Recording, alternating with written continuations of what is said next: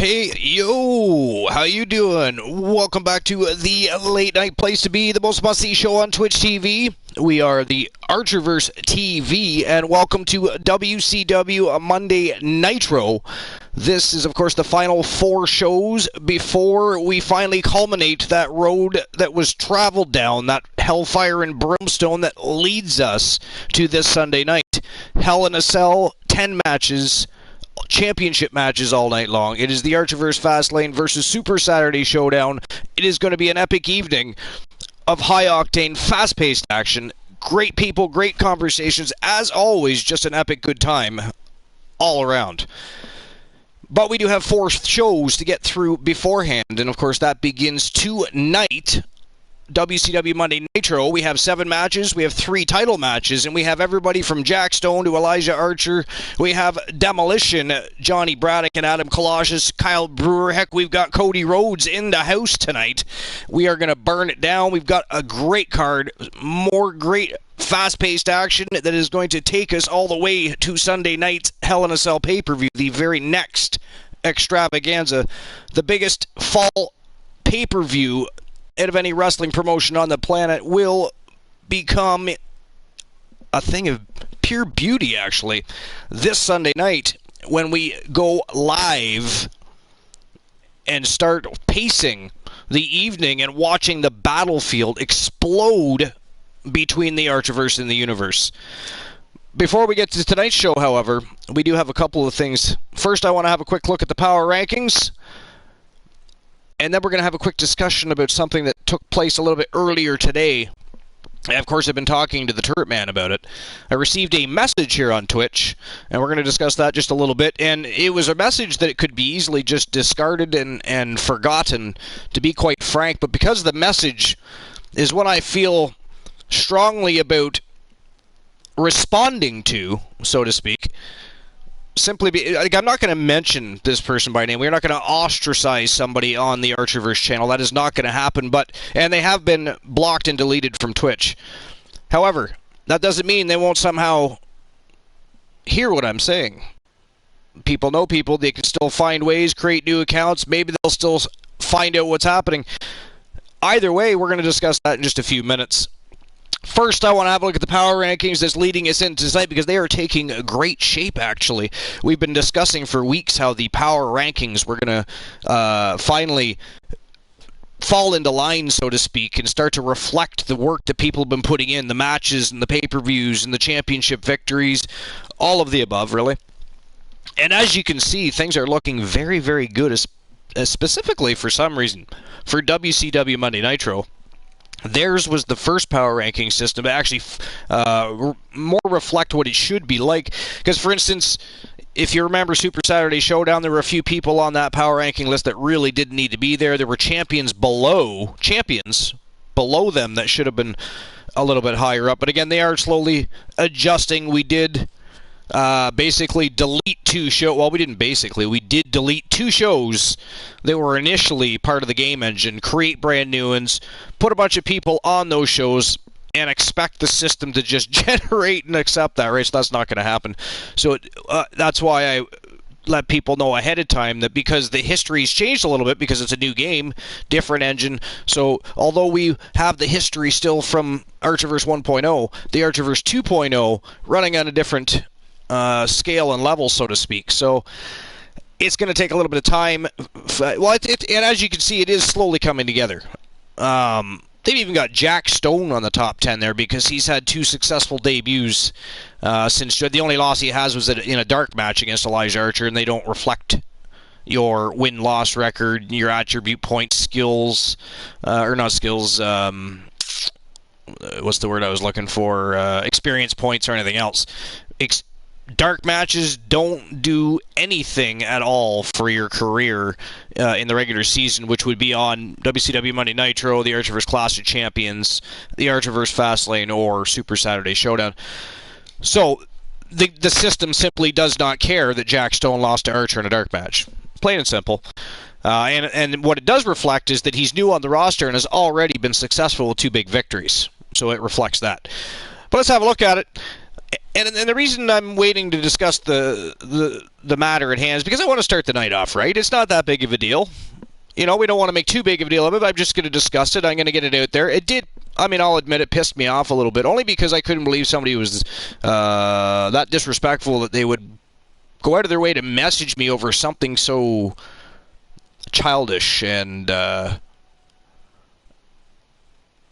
just all around disrespectful. Not necessarily to me specifically, but to other people for sure, and definitely the community. So we're going to discuss. But again, it's not a huge deal. It did initially piss me off. I was gonna screenshot it and post it, and then of course discuss by name on the show. But I thought, you know what, that could violate who knows what on Twitch. They're not worth that to me. However, they probably may create another account, seeing how they were blocked. They may still hear what I have to say, and if they do, that is okay. But we're not going to mention anybody by name, and we're simply going to refer to them as piece of shit scumbag, actually. And then we're going to move on with our night, and we're going to have a great show. But first, we're going to have a look at the power rankings. We're going to start off good. We're going to dip a little bit into a little bit murky waters, and then we're going to climb back out of the swamp hole and continue on the golden road that leads to the Wizard of Oz. All right, maybe there's no Wizard of Oz, but we're going to continue with the show. I don't have a yellow brick road either, but that was kind of fun to say, really. There's that.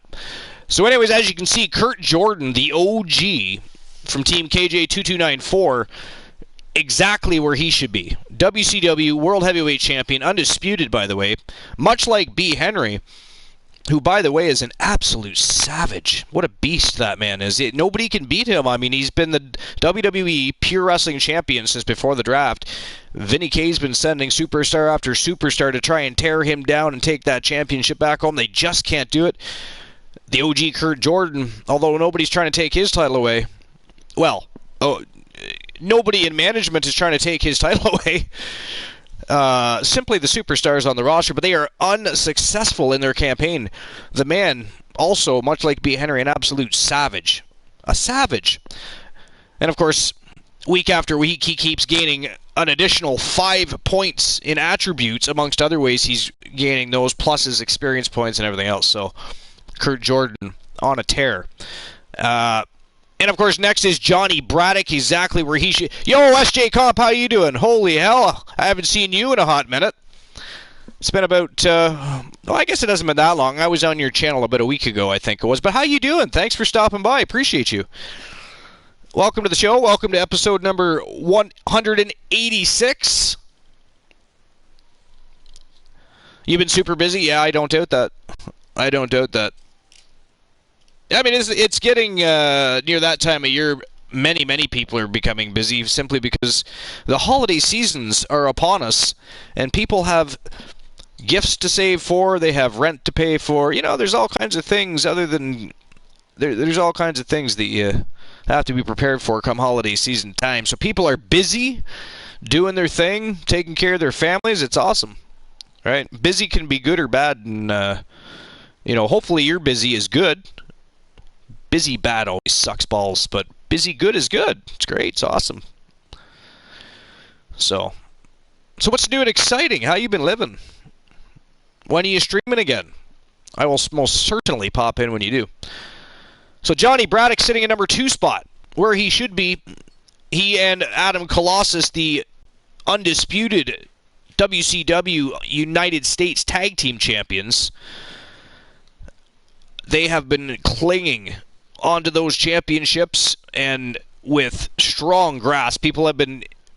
they've got a huge target on their back. There are a lot of teams gunning for the titles, and they have been unsuccessful at dethroning Demolition. And even the Coalition has been running coups trying to dethrone and take the titles, and they just haven't been able to do it. Yo, people are going off in the chat room, and I don't even have my dashboard open. I just figured that out right now. Give me one moment, peeps. There we go. It's open now. Or maybe not. That's not even me. That's J Negative Gaming.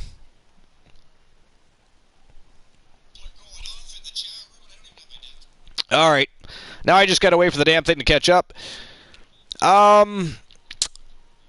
Disciple of Darkness, how you doing? Appreciate you stopping by. Welcome to episode number 186, WCW Monday Nitro. Ladies and gents, we're on our final 4 shows before Hell in a Cell this Sunday night. That is going to be an epic time. 10 matches, championship matches all night long. The Archerverse Fastlane taking on a Super Saturday Showdown. Bragging rights and supremacy being battled over it is going to be a great time. We've got a great show planned tonight, too, though. 7 matches. We got 3 titles on the line. We've got everybody from Jack Stone to Johnny Braddock, Adam Colossus in the house. We have Jenny Black, Elijah Archer. The house, it is a star-studded house this evening. Let's put it that way. It is going to be a good night, fast-paced, high-octane action. As always, we're just going to get through the rest of this top 10 list here. We're just having a look to see how it's shaping up. It's actually looking quite good, and it's going to continue shaping up. They're finally starting to reflect the rankings as they should, and that's quite exciting. I've been looking forward to that. That way it's a lot easier to tell who is the who are the faces of the Archerverse and the universe. This we must know. And the nice thing is when we're looking at the power rankings, you're literally looking at the power rankings for each individual show. Right? So if you look at this one, this is for WCW Monday Nitro. They're not mixing in every single show on the roster, and we're trying to figure out, who's actually the best here. They're showing us who's the best on each show, and if we decide to intermingle those, that is our choice and our doing. Tiliana, how you doing? I see you. Everybody's showing up in good form tonight.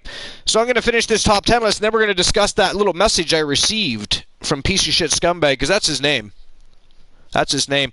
Again, we're not going to ostracize somebody on the Archerverse channel. Who knows what kind of rights that breaches on Twitch or God knows what. We're not gonna get my channel in trouble for anything for a piece of shit scumbag. So his name is Piece of Shit Scumbag, and it's not that big of a deal, anyways. It's a big, strong. I mean, I feel very strongly that I need to respond to this. Because if there's other people out there like this piece of shit scumbag that have the same question or have the same perception or same ideology that I should have for my channel, then they need to hear this too, because it don't work like that here.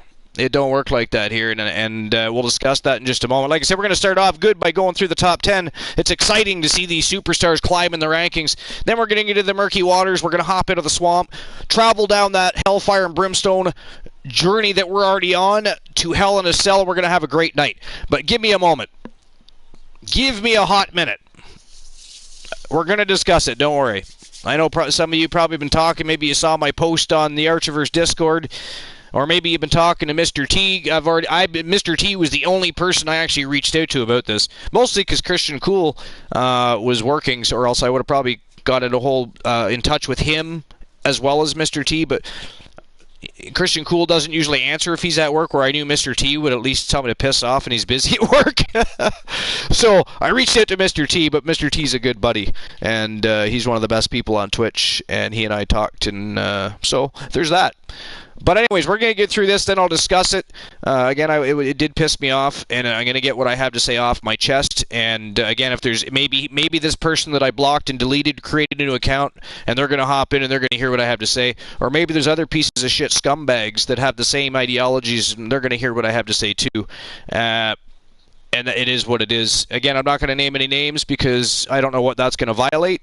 And the Archerverse is the late-night place to be in the most must-see show on Twitch TV. It's going nowhere for anybody. No claims, no violations. Fuck you. But you are a piece of shit scumbag. And if there's other pieces of shit scumbags out there just like you, you can fist fuck yourself. I'd like to pluck your fucking eyes out and skull fuck you. But honestly, you're just a piece of shit scumbag. And I'll get to that in just a moment. I want to finish my top 10 list. I'm going on a rant here. The top 10 list is a good thing. We'll get to the murky waters in a moment. So, number 3 is Randy Brewer. Randy Brewer is, of course, one half of the Villagers, with Rose Brewer, the Viking Rose Brewer, who is the WCW Women's World Champion. Rose Brewer was actually the WCW Women's Television World Champion until she was beaten. Well, actually, she wasn't actually beaten, but she did lose her title in a Fatal 4-Way matchup. Maurice is the new WCW Women's Television Champion. But Randy Brewer has had nothing but pure success up until that point. And again, she wasn't actually pinned or submitted to lose that title, so she holds strong with Rose in that top 10 rankings. Makes perfect sense. Adam Colossus, finally on that list. He wasn't on that list just a couple of weeks ago. Oh, I'm Tiliana. I'm going to tell you how I feel. Don't you worry about that shit. I'm just getting started. I just wanted to have a little uptime before the downtime, and then the resurrection into the show. You know what I'm saying? Believe me, I'm going to tell you how I feel, or any other piece of shit scumbag that wants to hear what I have to say that might have the same ideology as that other piece of shit scumbag that decided to go out of his way to message me over the most stupid, nonsensical, retarded, ridiculous, fucked up thing I've ever thought anybody would message somebody about. Piece of shit scumbag. Piece of shit scumbag.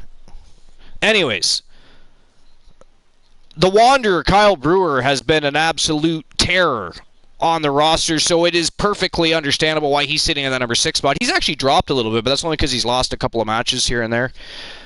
He has, of course, redeemed, if you will, his career and rematched those same people, won the matches, won his title back, but still, it still goes to show that when you win and lose, it does affect your standing in a strong way, depending on what happens, if you've lost a title, if you're at a pay-per-view, what have you, those kinds of things. But he is still going strong. He's in that number 6 spot. Again, Jack Stone on there because he's had nothing but success in signing with the Universe.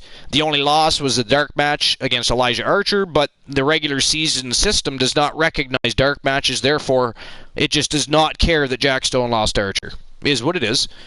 Archer's climbing up the rankings. He's had some wins under his belt lately. Go figure. The guy that lost, 7 or 8 in a row there at one point is finally back on a bit of a resurgence, if you will, even though he just lost to Johnny Braddock not long ago. But he has won since then twice. One of them was a dark match, but that one matchup enough to pluck him right back up onto the rankings just a little bit.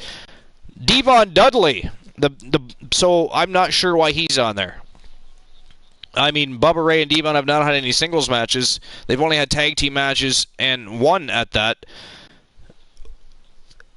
I mean, I understand the fans in the Universe are excited that the Dudley Boys are in the house. I mean, I get it. One of the best tag teams of all time. Everybody's excited about that, but why Devon is... I just can't explain that. Brock Lesnar either. Brock Lesnar was on hiatus. I mean, he did come back, win a match. Okay, granted, first one in 3 weeks? He was on vacation, and somehow he's in the top 10. So that's what I'm talking about. Those things like that will eventually disappear. It'll be non-existent as they slowly fix themselves and we continue cycling through shows. And, of course, everybody starts winning championships, etc., etc. So, okay. Back to piece of shit scumbag. And I said I was talking to Mr. T about this, and I said I was going to address it. I made a post on Discord that I was going to address it. I don't know if anybody saw that, or if you're just hearing word of mouth, or if somebody jumped in and said, yo, Archer's pissed, he's going to fucking unleash on somebody. Whatever. This is not a pipe bomb. Nobody redeemed this, okay? First and foremost, nobody redeemed this. This is me. Before I have to start jumping into kayfabe and doing what I do, I need to respond to this for many reasons, and so here it is. I'm addressing it's a very interesting and again nonsensical, ridiculous fucking message today from some piece of shit scumbag, who, by the way, has, for better judgment purposes, been deleted and blocked. I think I've already said that, but I've already deleted and blocked the piece of shit scumbag. So if he happens to create a new account, hop in. Hey, piece of shit scumbag, I'm talking directly to you. If you don't like it, fuck yourself. I don't care. So yeah, I was talking to Mr. T, and I wasn't sure how he was going to handle the situation. Again, at one point, I almost screenshotted it and posted it. And then I thought, hey, I'm just going to ostracize them right on live broadcast. And I thought, no, you know what? I don't know what kind of violations that would create. We're just going to call him piece of shit scumbag, and we're going to talk about the situation if they create a new account and jump in, they're going to know exactly who I'm talking about because they know what they said. And anybody else that might feel the way they do, I'm speaking to you too. Speaking to you too, so stick around. Don't go anywhere because this message is for you.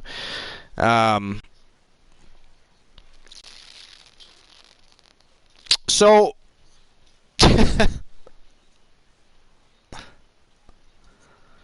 where do I even start? I guess I'll just start where I started talking to you. I was trying to think of other things to say, but I'm just going to start. So the message came from someone that had been visiting my channel. They apparently frequent other wrestling channels and other wrestling streams. And although, so this is the thing. The whole message started out on a positive note. I actually thought he was being kind and just a fan and was saying that he enjoyed his time or whatever.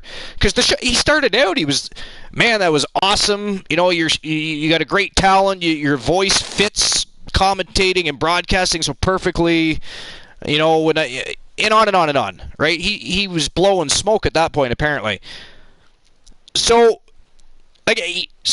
although he liked what we had to offer, he continued on that he does not understand, and I'm going to quote this. These are not my words, so I'm giving quotes here. He does not understand how I waste so much of my waste so much of my time, apparently,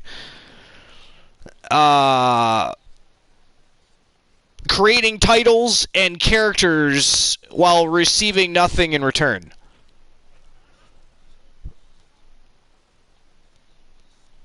And that's just a small part of it.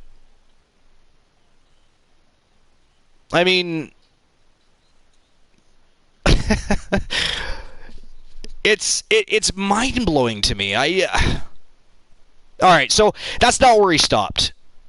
I just had to pause there for a moment because it was the thing. It still makes me it makes me laugh a little bit, right? It pissed me off, but it makes me laugh at the same time. So listen to this.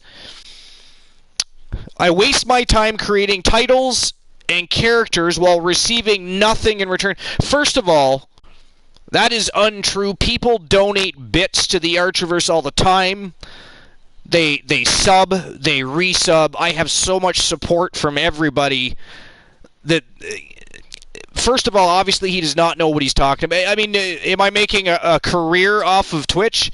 No, but I have a job. I do make some money off Twitch, and I also do this for fun, and I love my community, and I love what we do, and we have a great time.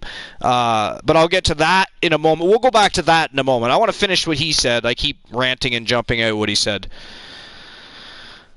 So yeah, receiving nothing in return, and then he continued on about lesser wrestling channels and streams. So he's right there and then making fun of other people's broadcasts and stream. I mean, do other wrestling channels do the same thing I do? No, but we're different. We are different. I don't try to be like another channel. I do not try to be like another channel. I do not try to do what other fucking channels do. I don't give a shit what they're doing. The Archerverse is the Archerverse because it's the way we, as a fucking community, created it. It isn't how Archer created it. It is how we, the community, created it. We, the supporters that come here every fucking week, watch the fucking show, sub, resub, throw bits, appreciate everything that we do. Anyways, I'll get back to that. I'm going to end up ranting again. Hold on. I'm not done yet.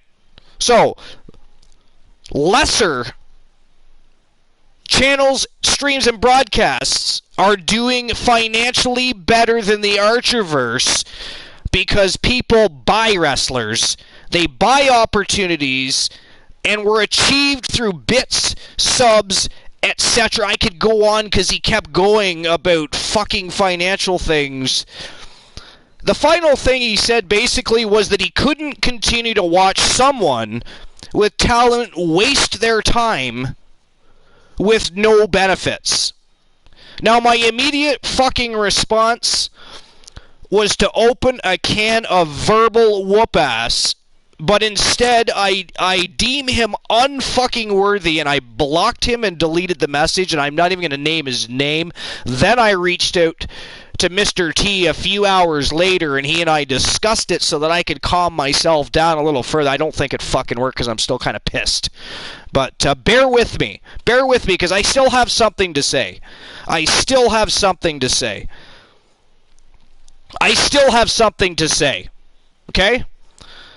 Again, I'm going to remind people do give bits to the Archiverse. They do sub the Archiverse. They do resub. I make a small little bit of money every single month off of us having a good fucking time and doing what we do. It doesn't waste my time. Matter of fact, I used to do this every single night without you guys and make no fucking money. That's why my children convinced me to do it. Literally, I used to love the content creation. I used to love creating things just for fun and showing people and then wrestling matches myself. It was just me and a console and a TV and my dog. Right? So anyways, I'm not done. Tiliana, don't worry, I ain't listening to jack shit. I am the host with the most on the late night place to be in the most must-see show on Twitch TV, and these motherfuckers, I don't give a goddamn. I don't give two shits. Matter of fact, I'd sell him my shit. So listen, I'm not done. I ain't done yet. Hold on a minute. Before you guys, and I know you guys want to say things. I know you want to say things, and I know you have things to say. Appreciate every one of you, because you're all awesome. But let me finish. I promise I won't go off. I won't rant. I'll finish what I have to say.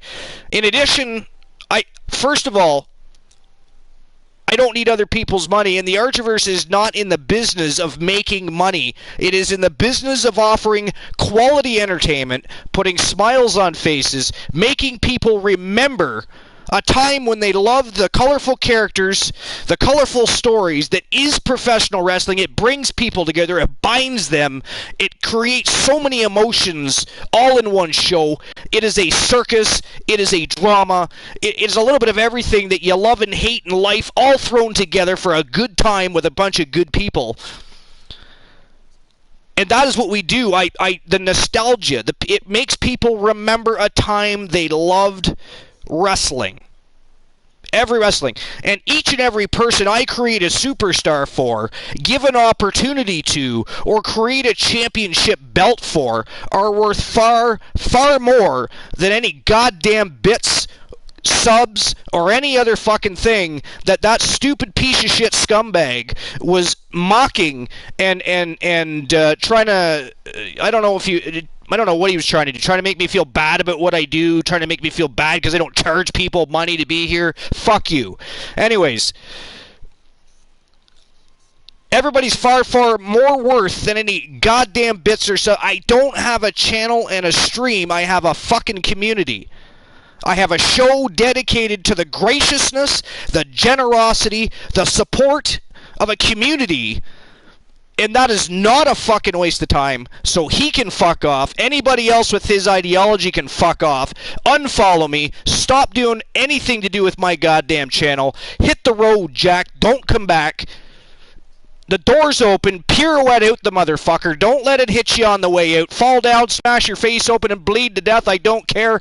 Stop wasting your time. I don't care about people like you or your ideologies. It's people like you that cause hate raids. It's people like you why my friends had to shut down fucking streams because people were hating and sending bots and sending ignorant messages to their fucking channels. Fuck you, fuck whoever gave birth to you, and fuck where you came from because you were obviously raised wrong. Don't ever come back. If you create another account, we will find you, and we will ban your ass again. I don't give a shit. That is it. That is all in a nutshell. I don't give a shit about people like that. We don't need to make money here. We do make money here. That is not the important part of the Archiverse. It's not why the fucking thing exists. That's not why my children had me create it. It's not. It is a bonus. It is nice. It is gravy. The Archiverse, the importance of the Archiverse is the people in it. and the tie that binds. That is it. That is it. And that's the last time I'm going to talk about it. But I really felt strongly the need to respond to that live. Mostly because I banned the fucker. And blocked him. And to me to unblock and unban just to send him a message is stupid. Makes me like him. And again, I wasn't going to ostracize by putting a name out there because that could, first of all, violate so many things, and it just makes me look like a piece of garbage. So, piece of shit scumbag is your fucking name. Live with it, like it, and if you don't, I don't fucking care. Period. Flat out. Alright. Now it's time to get down to business. I feel much better now. I do. Although I do have to pee. But I mean, I'll get some things going before I do that. You guys can go off now. You can say whatever you want. I will not pause you any further. I know you all have things to say. Go ahead. Flood the chat. I know you're... and I appreciate it. Well, it pissed me off. You know what I mean? I thought, who goes out of their way... Again, it's pieces of shit like that cause hate raids. It's pieces of shit like that cause people that start trying to stream on Twitch anxiety and make them fucking quit streaming. It's people like that make my friends have to shut their fucking streams down, and I'm not okay with that. It's people like that. And I will not accept that. You will not shut my fucking stream down, boy. You've come to the den of wolves. We're a bunch of fucking trolls, and you want to troll us, we'll troll you right back. You're a piece of shit scumbag. That is what you are. You and your buttholes can go fuck yourself. But anyways, again, we said we weren't going to talk about that anymore. You guys can talk about it. I'm not going to talk about it. I'm just going to see what you guys have to say. And we're going to move on with the show, because we have a great show. We are the Wolfpack, Snorhawk. Absolutely. And by the way, Tony, USP, Snorhawk, and everybody else is here. I appreciate you being here. Thanks for being here. I'm sure Mr. T's lurking in the background just listening to me go off. He was definitely all for me putting a statement out there. Let's say that. Mr. T is awesome. Thank you, Mr. T, for listening, by the way, earlier. See, now you're lurking. I know you're lurking. You can't fool me, sir. But anyways, I have a great show here planned for all of you. There's no ticket sales tonight, therefore you're not being charged. I gotta make light of it in some way. It's like, at the end of the day, what the hell would anybody care if I wasn't charging people for what I'm doing? You know what I mean? That's the funniest part. What do you care? Go start your own channel and charge people out the asshole. I don't care. I got a whole bunch of good people that I talk to every week on every show that enjoy being here.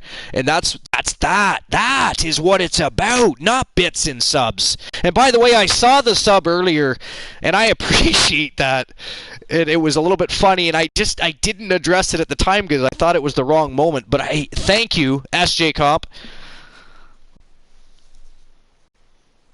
I didn't want you to think that I didn't notice and didn't appreciate that, SJ, because I do. I'm pretty sure you know that. I appreciate anybody that does, and I always say over and over again, it's always appreciated, but never important or necessary. If you want to do that, that is awesome, right? But you got to do homework, but you don't want to. Well, if you don't go do your homework, or at least take your cell phone, put me on silent a little bit, watch the show and do your homework, we're just going to ban you for not doing your homework. How about that? Education first, sir. You can set me up against the wall and watch what's going on while you're doing your homework. Kill two birds with one stone. Never give up your studies for the Archiverse. That's just ridiculous. There's VODs, and I have 5 shows a week. Well, actually, soon to be 4. We're going to be starting to do, this Tuesday we're having Twitch Evolution, but each time thereafter it's bi-weekly now. I need to have a little extra time to myself now that I've got a new job, and I'm going to be working not just any one shift, but a few different shifts. So I need to be able to work around that. And I'm going to need just a little extra downtime. So Twitch Evolution is going to become a bi-weekly show, which, holds a little more prestige for that specific show because it's just streamers and viewers. So every 2 weeks they get to go to battle. They can battle over in the chat room, over messages, wherever they want for 2 weeks about how they're going to whoop each other's ass the next time. But I needed to free up a little room here and there, and I wasn't going to touch one of the main shows for the regular season because you guys work hard and show up and have a great time and watch your characters progress. So that can't be disturbed, and it will not be disturbed. But speaking of which, we are going to move on with the show in just one moment here. Time to get to the show. So we're kicking things off tonight. Again, this is episode number 186.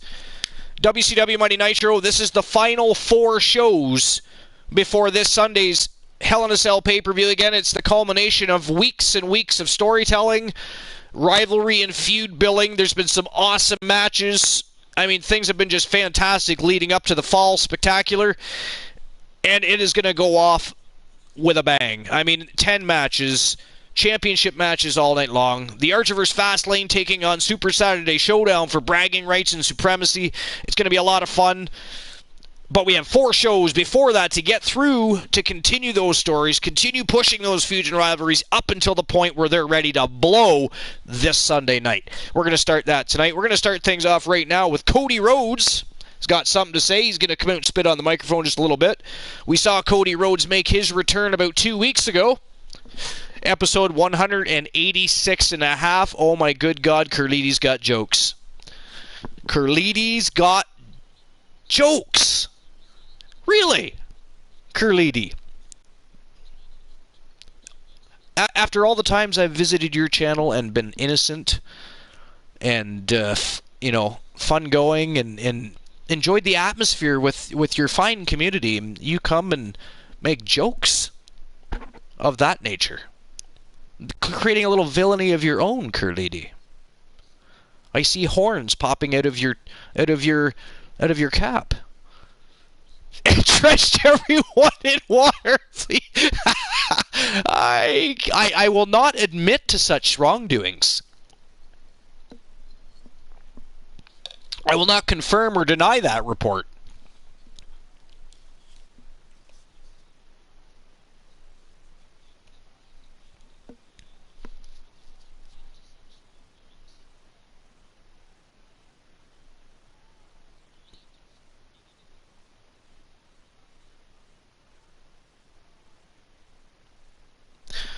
Okay. Sorry, I was reading a message. Wow. Drifted off in a moment there.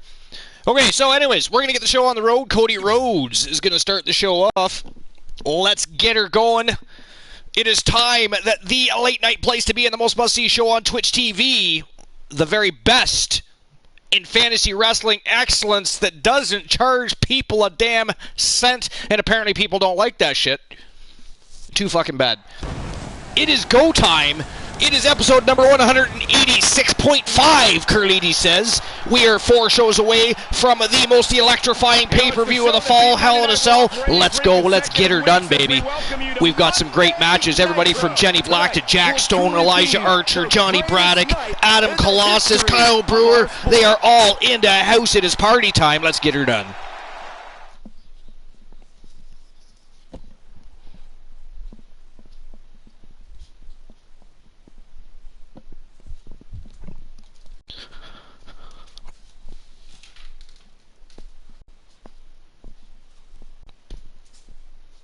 I don't know why I'm just reading this message when I could be reading it to everybody. Disciple of Darkness says, I felt weird about that, actually. I'm sitting there reading it, and I'm like, why don't I just read it out loud? I'm sure it's not a big deal. You're all probably reading it anyways. So, whenever me and my buddy get our new place, next year I'm going to start streaming. I'm thinking of doing something like this. Well, you know what? If I in any way inspired your thoughts of doing something like this, then I feel honored, because I mean, you'd probably be good at it. I mean, if you at all... I mean, what were you thinking about doing? Like, were you thinking about like a wrestling show, or were you going to do like a different sport? What was your thoughts?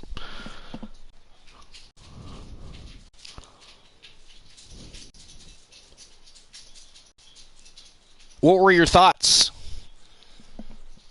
I mean, if you're thinking about doing a wrestling show, you know you can always hit me up for any sort of... if you need any help or somebody to help broadcast with you for a while, or if you're looking for any sort of informative information regarding professional... I mean, I don't know how long you've been a wrestling fan, but I've been watching wrestling since I was about 4, turning 5 years old, I guess I was, when I very first started watching matches. See, back then I didn't have cable TV, so I had to watch whatever wrestling was available to me, and a lot of time it was VHS tapes, Beta, and a whole bunch of other things that I watched things on. Sometimes reading magazines, for God's sakes. But anyways, I watched like AWA and WCCW, and I got a new follower, Mysterious Goat. All right, just considering, because of everything that's happened tonight, anytime we have a new follower, if people in the house could just pay a wee attention to what's going on. That way I can talk to the peeps without having any words. So, Mysterious Goat, how you doing? Welcome to the Archerverse. Welcome to episode number 186.5. At least if you ask Curlidi. It's actually 186, but Curlidi's she's full of jokes tonight. Full of jokes. Mockery. Hurts my feeling. Ouch. And I'm always so pleasant and nice on her channel. I mean... what have I done to deserve such devious behavior from Curlidi? I just don't even understand. I'm totally dumbfounded. The halo above my head. I mean, come on, does it not? And Amy Page. How you doing, Amy Page? Welcome to the Archerverse. Welcome to episode number 186, depending on who you ask. And I only say that because if you weren't here just a few minutes ago, Curlidi tells everybody it's 186.5. So, how am I? Well, I mean, my night started off just a little bit revved up, ramped up, amped up, and any other word you want to call, pissed off. It was an interesting start to the program, let's put it that way. Normally it's just bubbly all night long, I would imagine most people would say. Sometimes in a very villainous way, but bubbly. You know, I mean, it is the Archerverse. It is party time all night long here. But we started things off just a little bit different because there are those folks in the world that like to make things difficult for other people. There are those out there that like to be pieces of shit scumbags. And, you know, cause problems on people's channels, send them nonsensical messages, make people shut down, you know, all kinds of weird shit. So,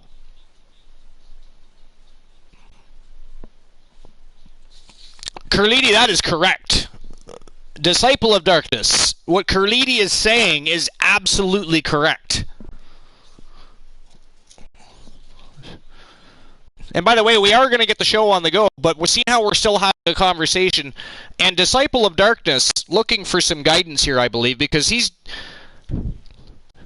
thinking about streaming after the big move. And thinking about doing something like this. Now, when I was busy talking to Amy Page and Mysterious Goat, I wasn't paying attention. So, Disciple of Darkness, I didn't see your answer on if you were talking about possibly doing a wrestling show or a different sport. But Curlidi, nonetheless, Curlidi is correct. The advice, the offering of guidance there by Curlidi is mint. I mean, that's because, you know, Curlidi's a fucking legend and likes to help people. Which is the nice thing about the Archerverse. We're full of those people. That's, you know, we're a bunch of rabid wolves when we need to be. Don't get me wrong. We're a lot of... the Archerverse is full of trolls. That's why trolls don't pop around very often. But at the end of the day, We love to support one another in all of our endeavors, and in some cases, even endeavors that extend outside of Twitch. Because let's be honest, many of us have become friends. We talk to each other daily. We know who we are, that we have children and other such things. We are a community. This is not a channel. When people ask about my channel, I correct them and I say, I do not have a channel. I have a community. Because I have people that are here every week. A channel is simply a place where you can go and broadcast. You can put content on it. Without people, yes, it's a channel. When there's a community and a strong following of people that support everything you're doing every single week, and in my case, by the way, right now 5 times a week, and soon 4 and 5 every other week, that is a community. That is a family. That is what the Archerverse is. And Disciple of Darkness, to coincide with what Curlidi is saying, I believe, with your determination and your passion for the gaming industry and your passion for the thought of even streaming, because, you know, deciding to stream is no easy feat, right? It's not for everybody. Not everybody can or feels, you know, everybody could do it. Not everybody feels they could do it. Not everybody necessarily has that natural charisma or what have you, right? But we should always support anybody that wants to give it a go, and especially if they're part of our community.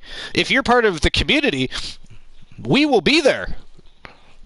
We don't care if you crash and burn. We will be there while you crash and burn, and then while you test flight all over again and soar towards the skies. That's what we do. That is what we should do.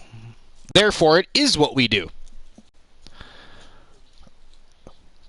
Storhawk says, I had to break from streaming yesterday. It was draining. Can you explain that a bit, Storhawk? What do you mean? You had to break from streaming. It was, Amy Page, I'm starting streaming when I get a PC. Disciple of Darkness, I have anxiety, so I'm not using a cam, and I plan to just stream. So here's the thing, you don't need a cam, guys. Did you know the most famous Twitch streamer of all time never showed his face once? And no, I'm not talking about me, Curly. Curlidi's sitting there saying, I can hear Curlidi's thoughts right now. Is that motherfucker talking about himself? Did he really just refer to himself as the most famous Twitch streamer? No, I'm not talking about myself, Curlidi. Good Lord. Not even I have that big of an ego. Maybe. But no, it's not me. But, I mean, I was going to use myself as an example. Yeah, I see what I mean? I beat him to... I knew I could... And if Bromer is in the house, Bromer was probably thinking it. Just didn't state it. So no, I was not. I was, however... Well, I'm still going to. Maybe a small bit of nepotism, who knows, but... Even though Curlidi called me on there, I'm still going to use myself as an example. I do not use a webcam. Could I? Yes. I don't have any problem being on camera. Matter of fact, if you went on YouTube, you'd find me on television promoting martial arts. You'd see me in Santa Claus parades leading students down streets, freezing my ass off, participating in the community events. Yes, I'm a teacher. Well, not right now, I'm not. I actually haven't taught in over a year. COVID and other situations have prevented me from doing so. I will eventually someday again when the timing is correct. I'm still a young man. Right now is not the timing. But yes, I've been teaching for over 10 years. I've been a martial artist for almost 36 years. I pride myself in everything I've done in that world. As a matter of fact, I've had a great time.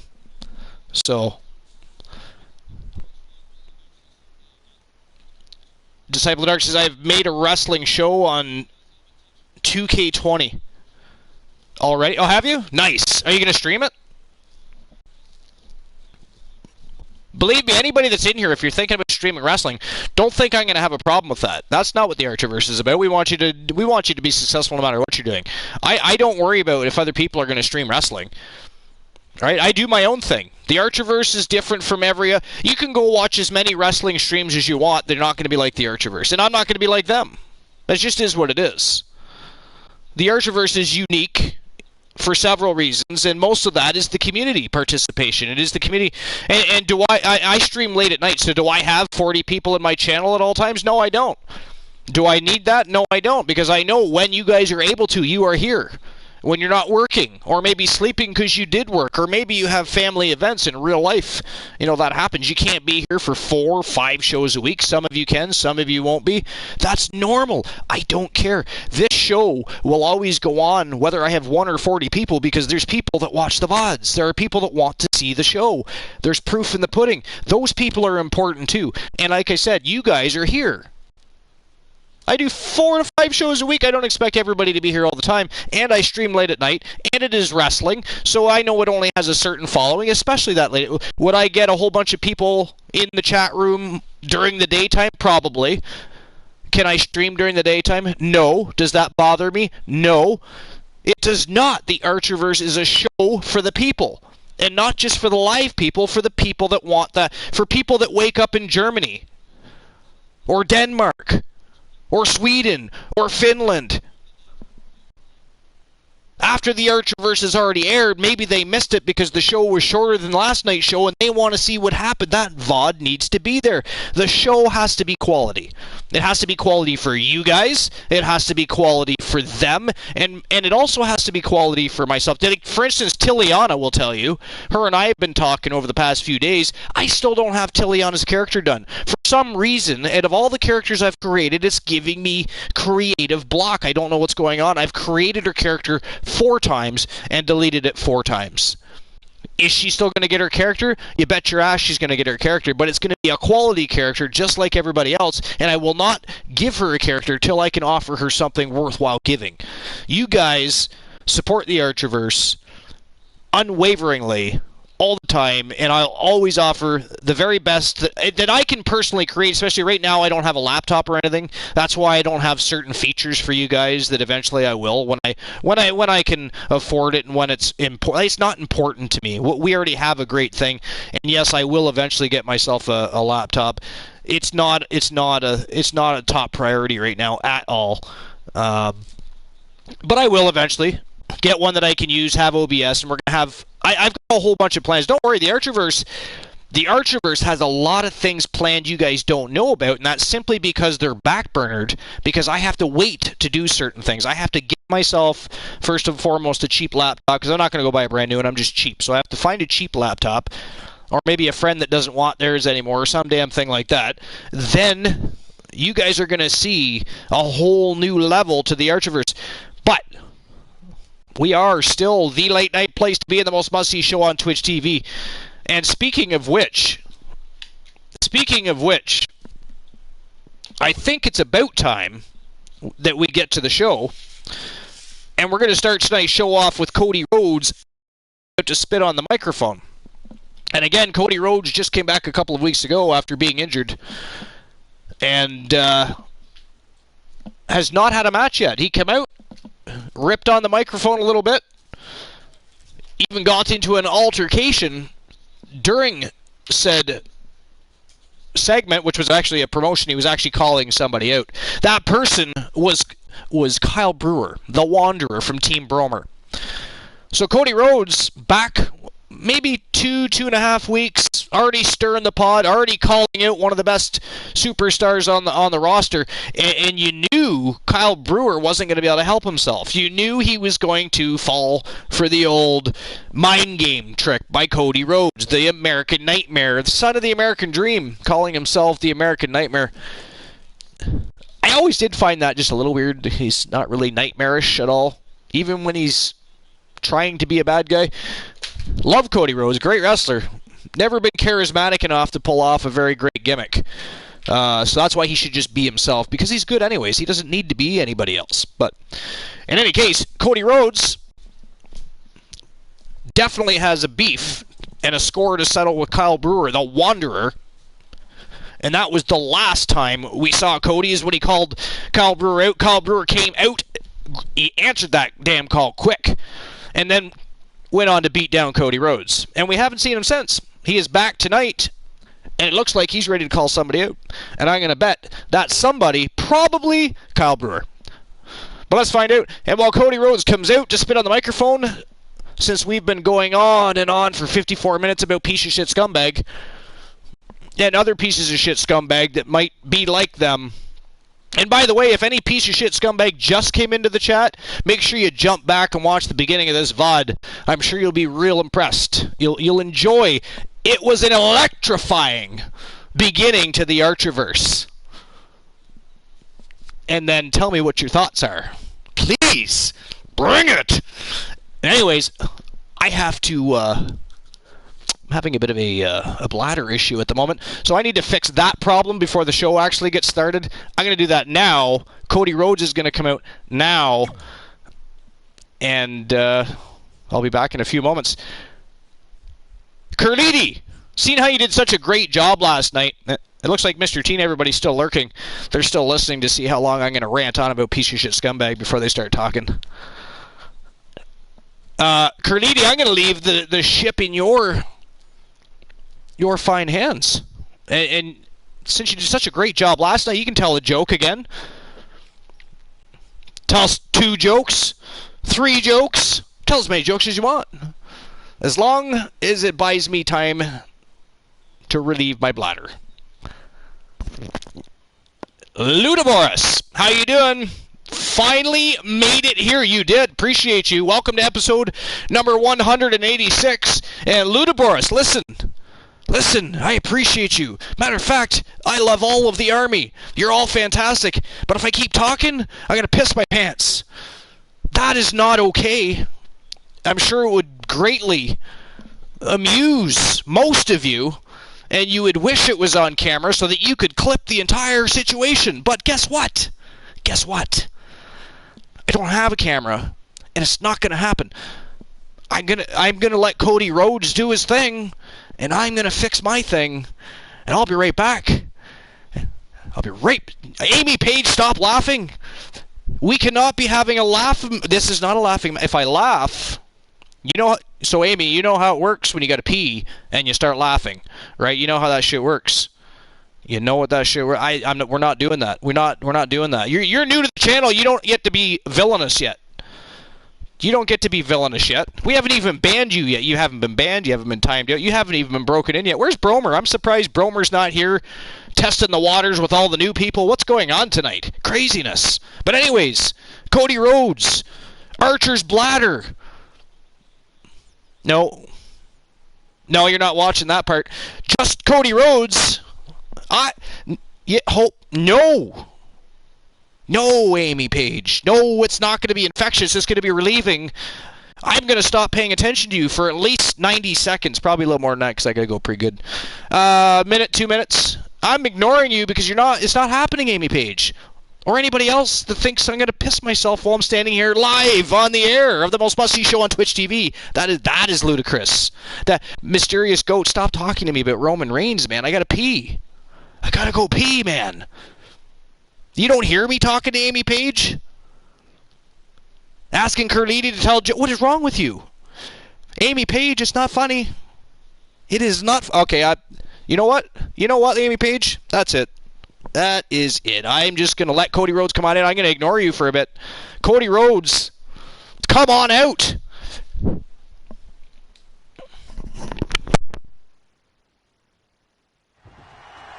Looks like he's going to grace us with his presence once more. He's ready to lay it all out right here. Let's see what he has to say.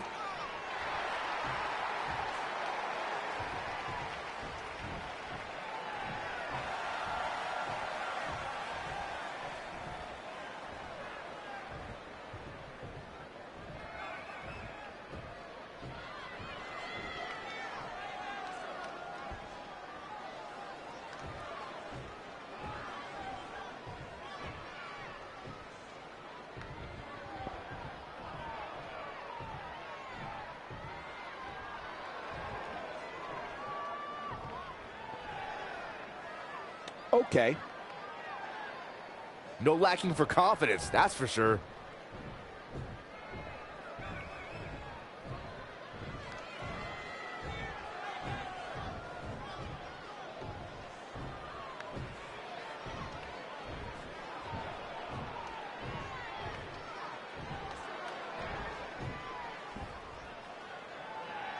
And we're off.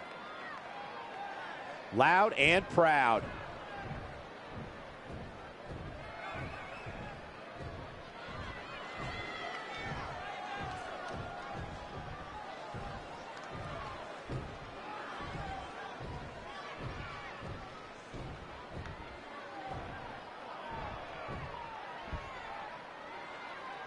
Definitely a fan favorite. Well, okay.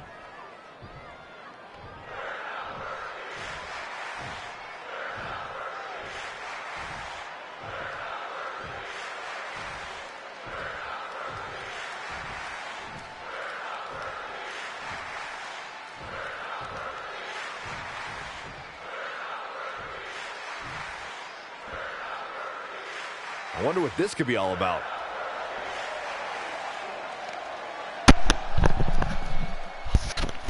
Oh, that's much better. And as predicted, I mean, who else would he be calling out? He already called him out once. Kyle Brewer kicked his ass, and they haven't met in the ring since. That was a given.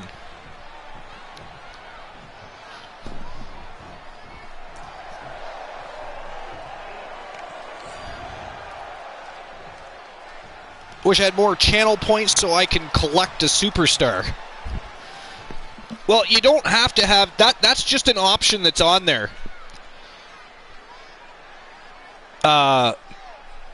Mysterious Goat. You don't have to do that. I mean, when you're a part of the Army and you're already watching the show every week, you just simply go onto the Discord. Is there any mods in the house? Can somebody drop the Discord link? Mixing it up. I don't know who's lurking and who's active, but if somebody could drop the Discord link, if you go to the Archiver's Discord, there's a section that says character build request, and you simply request to have a character build to become part of the show. Kicking it off with and then style. we simply get into contract negotiations, and you get signed to either the Universe or the Archiverse. There's 4 shows. There's 4 shows to choose from.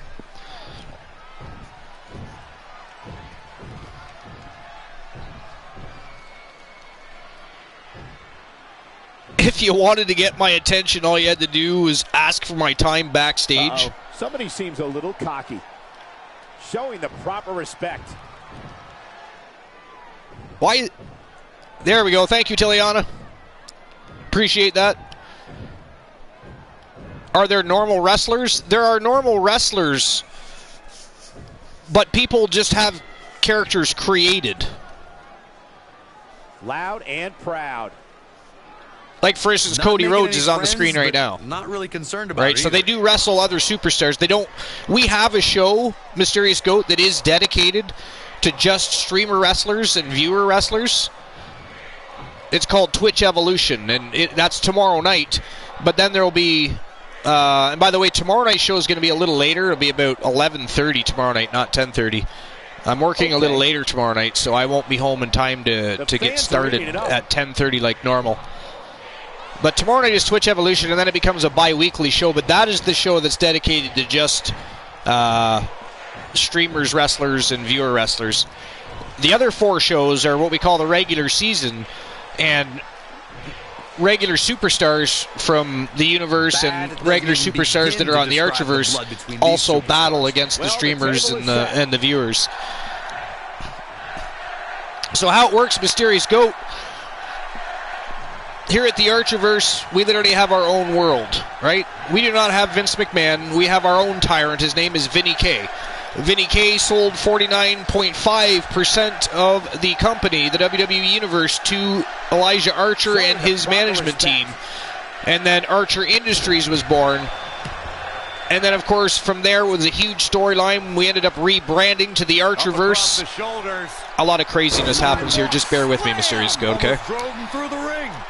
So it is a constant battle for bragging rights and supremacy between Vinny K and the Universe and the Archiverse. Constant battles, but they only face each other at pay-per-views. If you're drafted to the Universe, you wrestle on either WCW Monday Nitro or Super Saturday Showdown. If you're drafted to the Archiverse, then you're on either the Archiverse Clash of Champions or the Archiverse Fastlane. Either way, 4 shows to choose from, depending on where you get drafted. back of the neck. The option to claim a wrestler is, I believe, for the Twitch universe, is for people that in the... He has become relentless initially, at this point. Nothing is it gonna was stop people him could now. claim a wrestler, but we decided not to have regular wrestlers in the Twitch universe, only streamers. And so I actually have to change that so it reflects. That's gotta hurt. If somebody in the chat room for some reason wants to claim a wrestler for the show, they can do that for fun and claim that if they happen to win, they can claim they won, whatever. But so again, Kyle Brewer taking it to Cody Rhodes. Cody Rhodes calls him out, gets under his skin. Did not get the response that he was hoping for, I guarantee you that. But Kyle Brewer's not, I mean, I don't understand why he keeps doing that. He already called out Kyle Brewer once. He already accepted the challenge. Why not just wait for the match? You know, you called him out again, you got your ass whooped again, and now you still got to go fight the man later on. That I don't understand. Maybe one time calling him out, the second time on the same evening that he's already scheduled in a match with Kyle Brewer makes zero sense for me, but whatever. I do not manage Cody Rhodes, so there's that. Matter of fact, I don't manage anybody on the universe. I don't have much to do with Vinny K's wrestlers. All the wrestlers are computer controlled, yes. They are simulated. This is a show. We do not play games here. I literally, Ludaboris, I literally use the game engine to create for content creation. I create all the champion. Again, if you go to Discord, there's a list of all the championship belts there, so you can see the belts we've created. All of the characters are created, and I don't just throw a character together. I mean, I take hours to create a quality superstar that will perform well for a streamer or a viewer during the season. I mean, for instance, if Soul Embers shows up at the show, ask him how my superstars responded to being on his show. He has the same engine, the same game, and my created characters went to his show and performed on his show. You know, it's just there. I don't just some people. And again, everybody's different, right? The Archerverse is different than other shows. Some people just throw a character together for somebody and throw it on the show, and people are okay with that. And that's fine. I'm not okay with that. If you ask me to create a character for you, and you're a supporter of the Archerverse, and you're here all the time, and you're watching the show, watching the VODs, hanging out with the army, and having some good times and some great conversations, you deserve a quality character. You want to be part of the show. You want to be an interactive part of the show you're supporting and enjoying. So therefore, you are gifted a character of quality. The championship belts are created from scratch. I don't use the WWE Game Engine Championships or any of that. We are storyline driven. We have feuds, we have rivalries, we have rankings. We make sure everybody works their way into storylines. Even when you get a character created, sometimes you don't even debut right away. Sometimes you wait, depending on what's going on, because there's stories, there's rivalries already happening, and we can't bump them just to put a new character on. So sometimes it takes a week and a half even, it happens. But your character is created, it is put onto a show, and it does begin its progression from there. But at the end of the day, Ludaboris, Mysterious Goat, Amy Page, and everybody else has been gracious enough to smash that follow button tonight. We are a great community. We love having a good time. We love having great conversations. We guide each other. We support one another. We help one another when we can, whether it's our endeavors here on Twitch or outside of Twitch. It's what we do. It is what makes us the late night place to be and the most must-see show on Twitch TV. It isn't because we've got 50, 60 people in the channel at once. It isn't because I'm being gifted with subs and bits all the time. It has nothing to do with that. It's because we are a community. We are a family. We have a great time together, and we're glad you're now a part of it. Thank you very much for being here. Thank you very much for hitting the follow button, and thank you very much for your questions. I enjoy telling people about the Archerverse. I enjoy telling people about the community. It is a great thing. We have a great time, so... And speaking of great time, we now have 7 matches to get through, and 3 of them championship matches, so it's time to dive in. And here we go, first match of the night. Elija Archer on the receiving end this time of a bit of a coup. You'll all remember, just a little over a week ago, Elija Archer tried to run a coup on Demolition and actually convinced management to put Adam Colossus in a matchup with Jason Ironman and David Devious. And then, of course, Elija booked himself to face Johnny Braddock. We all remember that. That happened just a little over a week ago. Here's what happened. So Archer and the Coalition run the coup. They get the management on. They love the idea. They made it. I mean, Archer made it sound like this grand scheme to make ratings shoot through the roof, etc. Really, it was just a coup. He wanted his vengeance on Demolition for leaving the Coalition and going to WCW Monday Nitro. To which, by the way, he followed. But anyways, we won't touch that. We know Archer's. He marches to the beat of his own drum. We know this. So he runs the coup. It is payback time, Tiliana, because Adam Colossus ended. I mean, although he did take a beating, don't get me wrong. I mean, he was facing Devious and Ironman. I mean, you're going to take a beating even if you do manage to win. But he did. He won. He took out both members of the Coalition, both Devious and Ironman, and won the match. It was amazing. Then Archer goes on, and I'll be honest, Johnny Braddock opened a can of whoop-ass on Elija Archer like we haven't seen in a long time. And the Coalition just did not have a good night. Now, they have since gone on to have had other success and moved on from that matchup. But here tonight, here we are again, except for it is Elija Archer this time, stuck in the very same position he put Adam Colossus in, except now it is him versus Demolition. But look at this, though. It's not even Braddock and Colossus. They sent Axe and Smash. Axe and Smash are taking on Elija Archer. It is a 2-on-1 handicap matchup, and that is going down right now. It is go time for the first matchup here on episode number 186.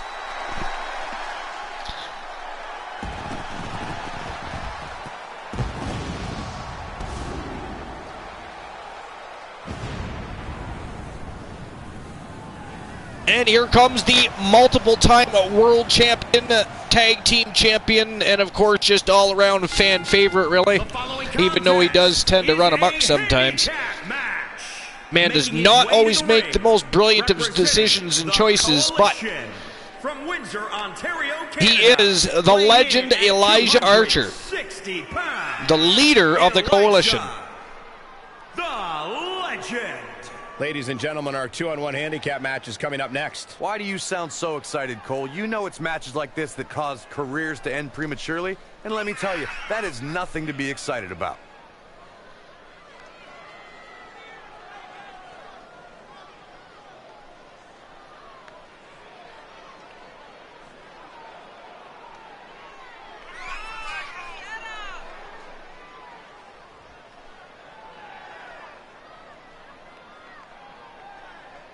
They heard what Archer did to their protege.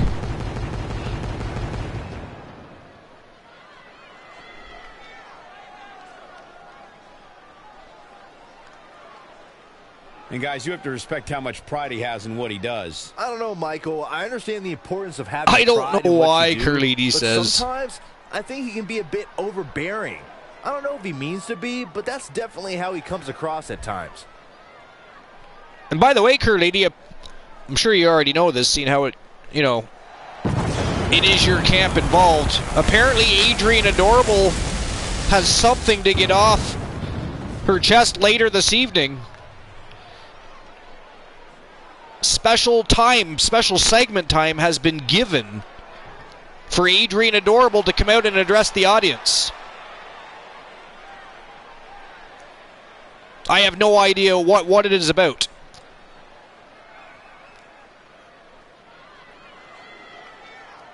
Carlini is convinced that Elija's idol is heel Triple H.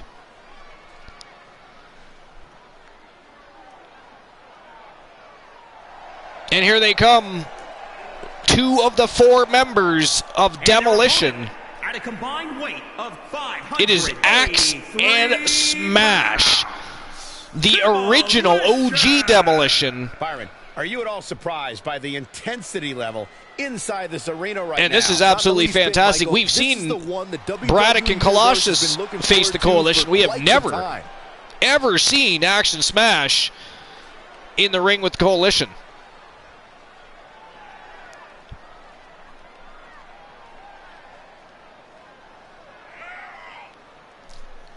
And this is a 2-on-1 handicap match. Now, this is a regular 2-on-1 handicap match, so they do have to tag in and out. It is not a tornado 2-on-1. He is not forced. Elija Archer is not facing a 2-on-1 beatdown here. It is an actual matchup. It's just he has basically a tag team on one side and just him on the other.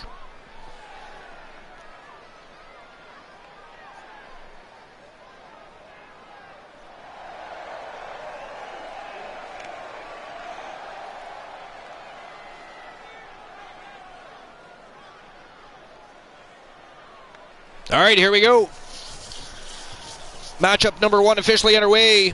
2-on-1 handicap match. Axe and Smash versus Elija Archer. And Axe already going to work on Archer. Snapmare takedown. Trying to twist that head right off his shoulders. Not a bad way to go, really. If you have no head, you really can't do much. Look at this. Axe on the top turnbuckle. Huge diving elbow drop right to the heart of Archer. Axe leaving Archer's brains all over the canvas there. And unleashing with some strikes here. Axe all over Archer. He is in serious trouble here. And unfortunately for him, he cannot tag out of this. Knife edge chop. His offense is on point right now. He can't allow himself to let nice reversal. Big belly-to-belly suplex. Oh, foot just stomping down. Archer now with the upper hand. And look at this, deadlifting Axe. Oh, slam. Good Lord, an atomic slam. Captured the leg. Look at this, Axe with a reversal. Caught the leg, big atomic drop. And whips him hard to the turnbuckle. Oh, big boot to the face, and now Archer reversing again. These two gentlemen are going back and forth. Ooh, brutal body shot.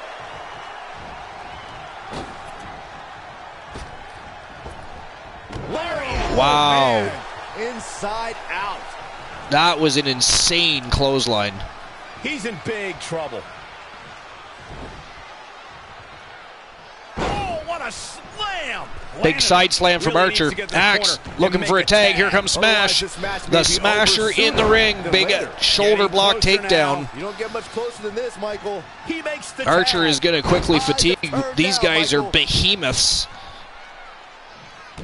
Two very powerful men in Demolition and just Elija Archer. Oh, here we go. But I mean, Adam Colossus managed to do it against the Coalition, so there's that, right? Match is the type of match where a superstar or superstars square off against respective opponents, and one side has a numerical advantage against the other. This could be a singles match or a tag team nice match. pump handle slam by Smash. He's got Archer covered up. Can you believe this battle? Kicks out at 2, though. Archer's still alive. To keep him down. Nice snapmare takedown by Archer. Knock you out.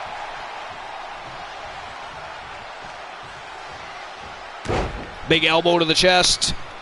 And another. And another. Piercing. I thought we were going to see shades of Johnny Braddock there, but I guess Archer didn't do it 1,000 times. Wow. Oh! Smash got his knees up. Archer was going for a diving body press. We might just be seconds away from the end. Could this wow.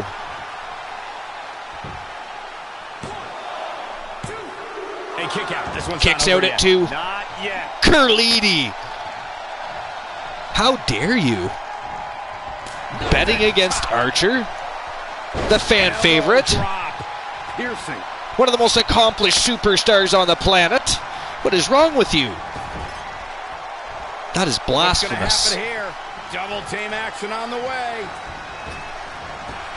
Oh, good Lord. Reverse atomic drop, which I hate that move. really ghastly to watch. Yeah, but Painful he's hurt, guys. to watch. And we've discussed why many of occasions, so we'll leave it at that. Here we go. Suplex. Oh, suplex pile driver. Good Lord. Axe folded like an accordion. He kicked out after one. Man kicked out after one. Yo, members. You just got home. How was work? Oh, solid contact there. Well, you're in luck. This is the first matchup of the night, Soul. We had a bit of a late start. Oh, right to the side of the face. Carlini decided she wanted to go on a long-winded rant tonight, so the show got started just a little bit later than normal. Elbow drop. Piercing. Had things to say. And fast. Completely Carlini's fault, though. Nice DDT. This is raw power here. Gut-wrench suplex coming. There's more to come. Amazon shouldn't have delivered my package a day The superstar's early. still not done. I was pissed, and everyone had to hear it. I too am confused on why the package arriving early is bad. Is it bad because it was supposed to be a surprise and somebody else found it? He is efficient and dangerous Or with his offense bad thus because far. it just didn't He's fit getting into your the upper hand schedule here. as when it was supposed to arrive? Because I know, you know, some people like that kind of thing. A long way up. Right to the gut. Big right hand right to the midsection. Buckled Archer. He's getting fatigued and smashed. One big powerful man. Back of the neck. And again. Look at this. Chopping him down with double axe handles. His shoulders are down. Archer not having a good night here, folks. And that is it. That is all. And the victory. Your winners of this 2-on-1 handicap Now let's take a look matchup. back at some of the great action. The legendary Demolition.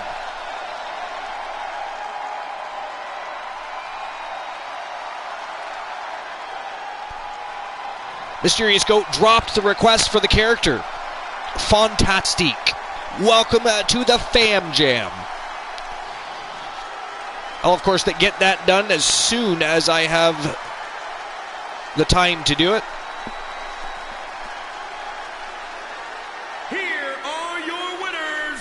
Might take me a couple of days, actually. Now, I that's a got to do commanding win. Tiliana still, too. This was all about Bromer. one competitor's What's going on, refusal to Bromer? lose. When you see that, you have no choice but to respect it.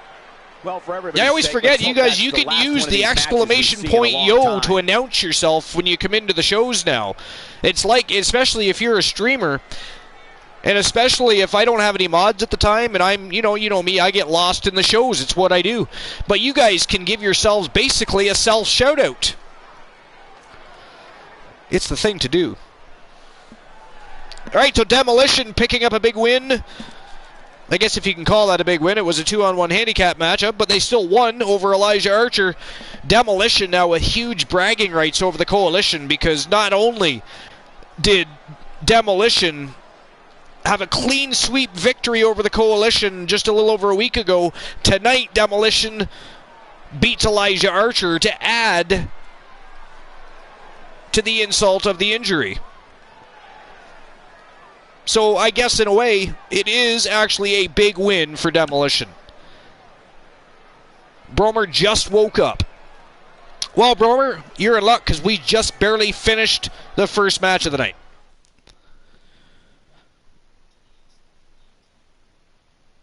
Told you Elija was going down.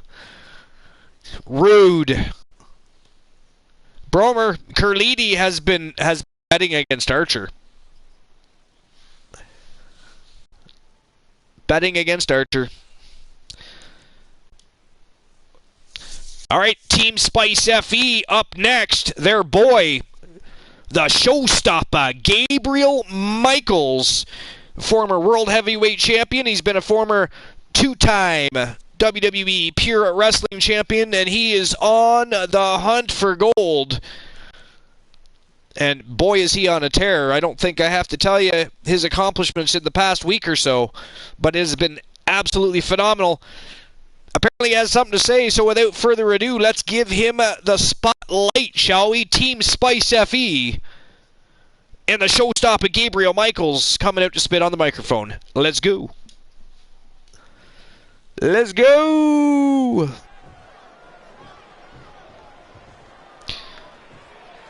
Am I soloing things tonight? Yeah, I guess I didn't create a party chat, did I? One of the most popular superstars in the WWE. After the promo's over, I'll create the party. Actually, I thought I did. That's so weird.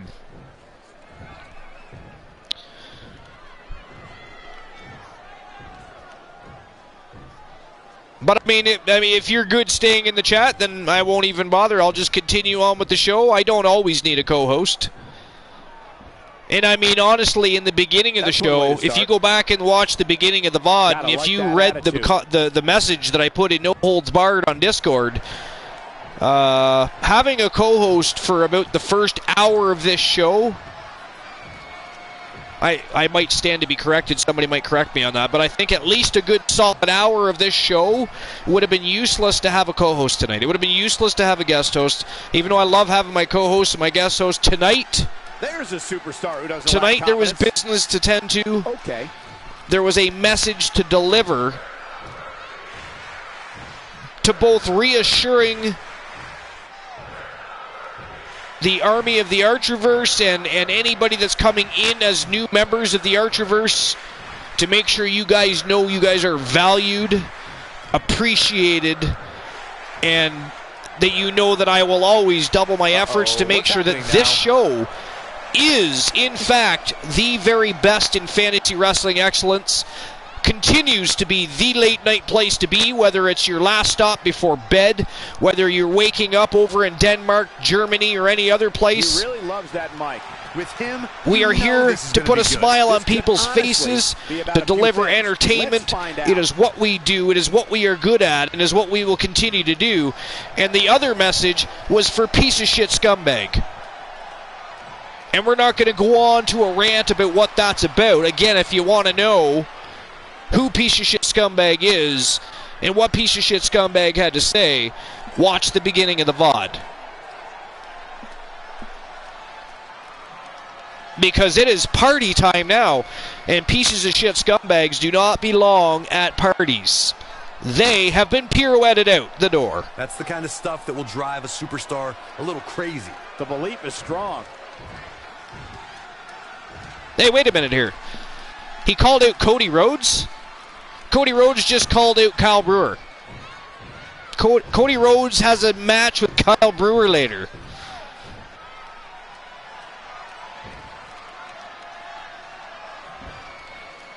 And they are ripping a strip here. We got ourselves a verbal tongue lashing happening here. Might want to check that ego at the door. Tree of Woe, always precarious position to be in. Did somebody redeem a Tree of Woe? Or are we talking about my hour-long pipe bomb?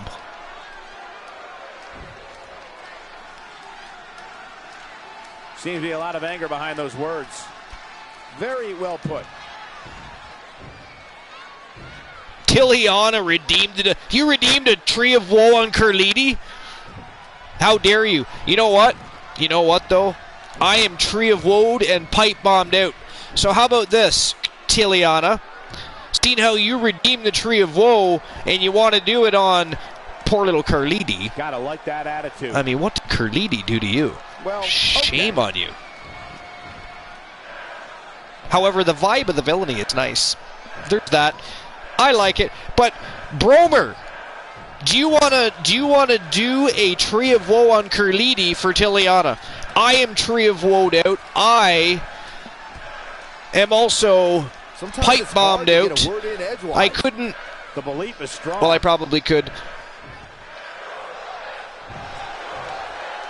I mean, I dropped an hour-long pipe bomb. Hour-long pipe bomb. Which Brewer still doesn't know about because he just got here a little while ago. Now he's probably going to want to go back and watch the beginning of that VOD now. Shall see. And he's probably at this point already been to Discord and saw the message. And he's curious as all hell what's going on.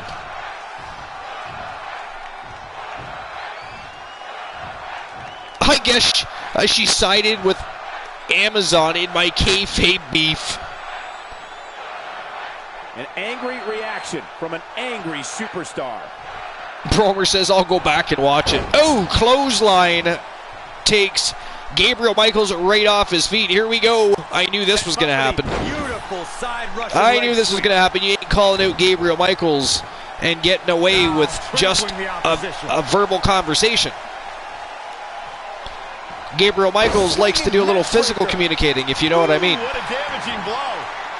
One of the very best superstars that has ever signed with the Archerverse, who he's now actually with the Universe. He's on Vinny K's roster after the draft, but he was a fast-rising, very successful, very quickly became a fan favorite, and success in the championship department is definitely not his problem. Looking good right now. Caught him right in the jaw. Ugh, what a shot. He's looking a little off balance.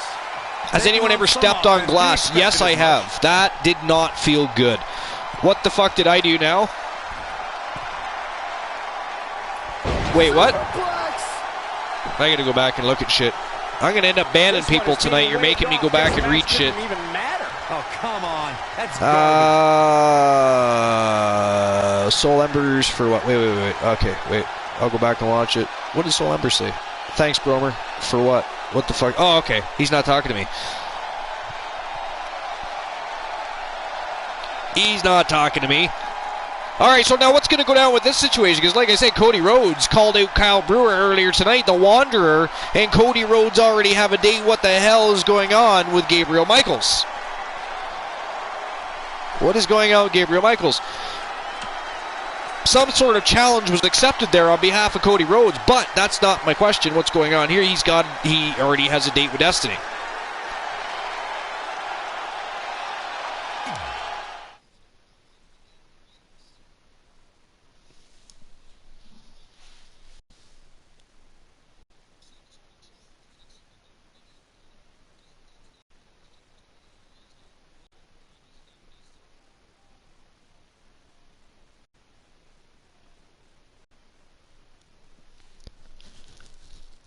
All right, so next matchup on the docket, and the second matchup of the night here on episode number 186.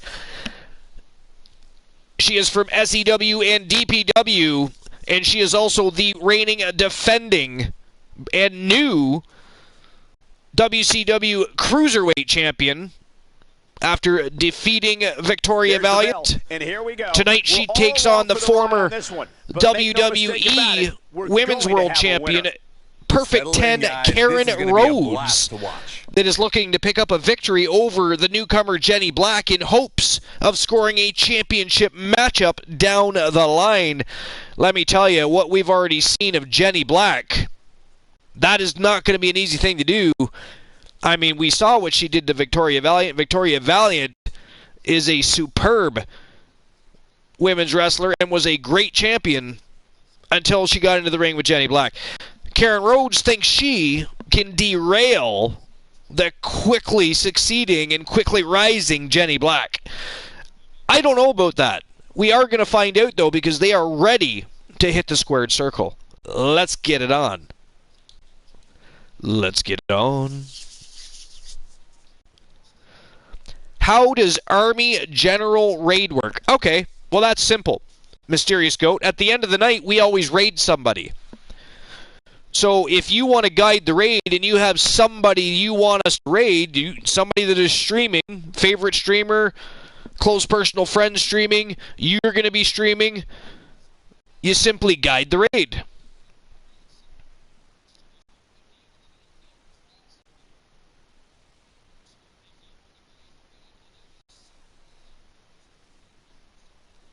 Bromer, you can refund it if you want, unless you want to do the Tree of Woe on Curlidi. Or if Tiliana wants to do the Tree of Woe on Carliti herself. I'm just for the night. And again, if you go back and watch the beginning of episode number 186, you will understand why I am pipe bombed and Tree of Woed out. Trust me, you'll understand.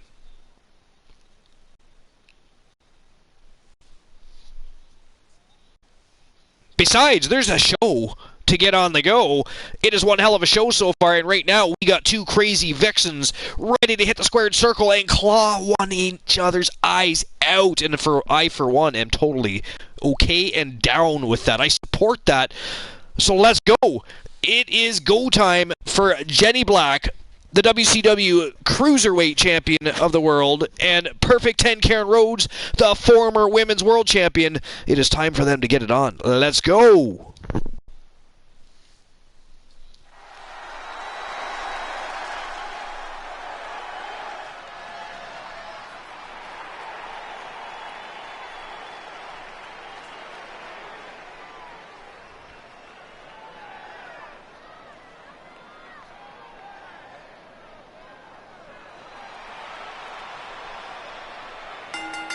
The following contest is scheduled for one fall.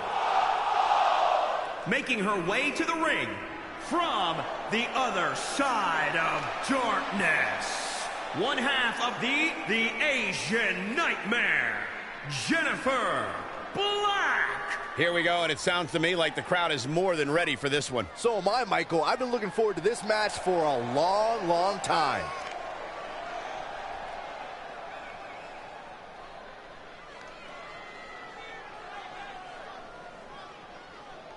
And she's certainly shown an aggressive side of late, guys. And it seems to me that with that high level of aggression has also come a newfound level of confidence, Michael.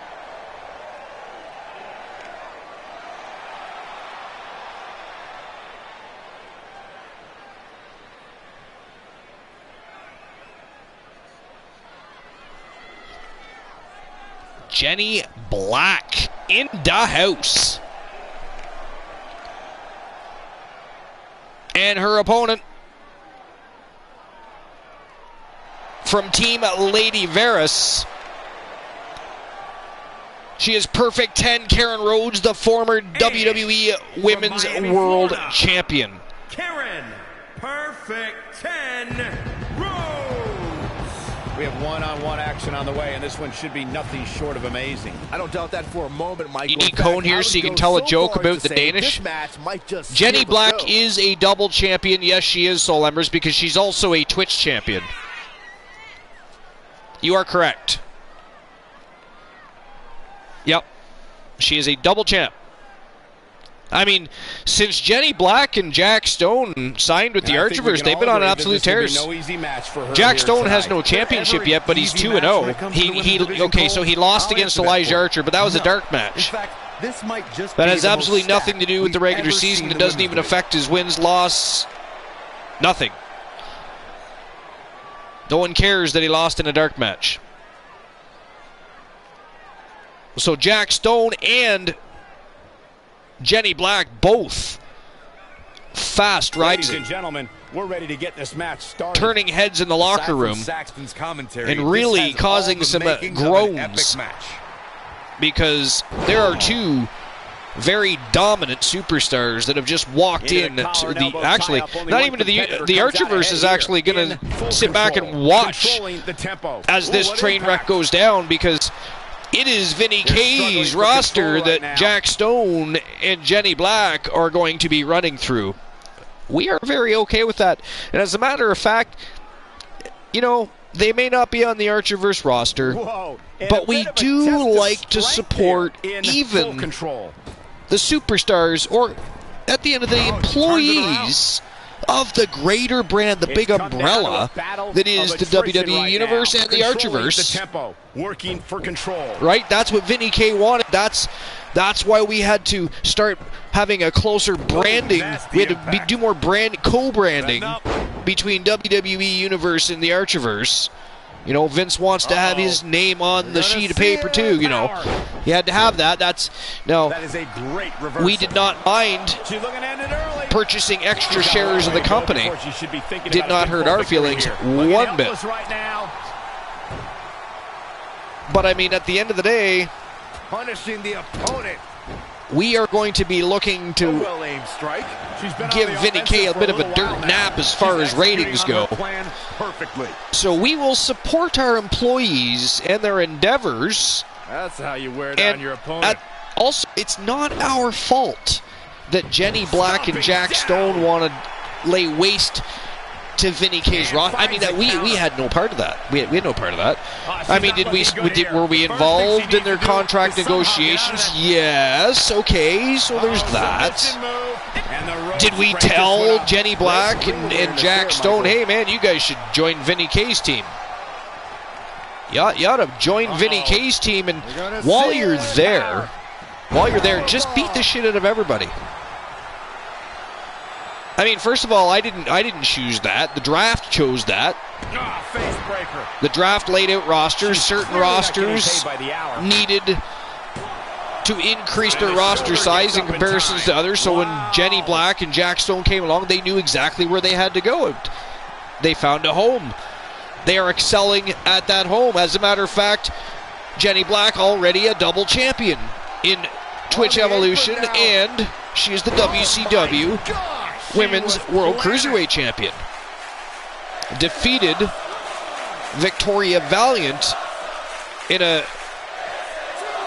very impressive matchup. Really showed what Jenny Black was capable of that night. Nicely done. Oh, what's it gonna be? Why were the utensils stuck together? They were spooning. Nice. Somebody redeem joke time? I'm missing shit. That's why I have mods, though, to be fair. That's why I have Soul Embers and Bromer and Christian Cool when he's not working. Tiliana, Dynamite Jessie Lee when she's not working. I mean, I've got a few mods, and the sole purpose of that is simply, well, to give me time to get lost in the show, basically, is what that boils down to. So if I miss it, they will not. And they have the power, not of Grayskull, but of the Archerverse.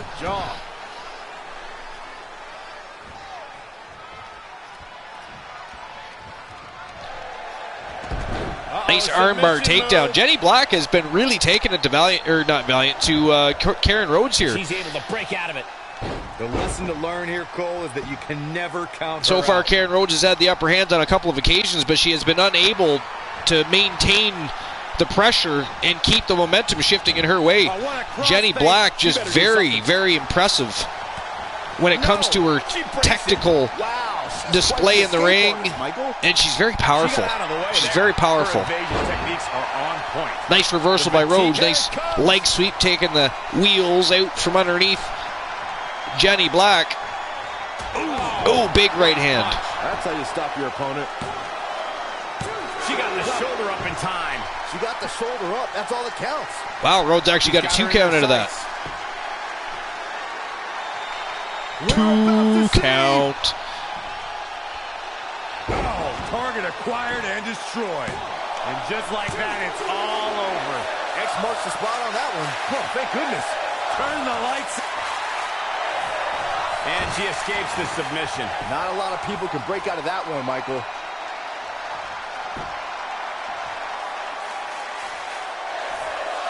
Devastating elbow. Not what she was looking for. Got her up on her shoulders. Down the hatches. Oh, F5 from Jenny Black. Although I believe she has a name for that maneuver of her own. The blackout. There you go. And Karen Rhodes most definitely almost blacked out on her feet. As you saw, she was wobbling in a bad way. And Jenny Black on an absolute tear in the ring right now. Karen Rhodes is in real trouble here. As I say that, she reverses. Bit of a turning of the tides here, and now Karen Rhodes back in control. Yeah, this could be the end of the road for her.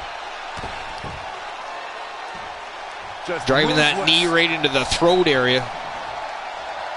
The Black back to her feet. Look at that. Oh, down.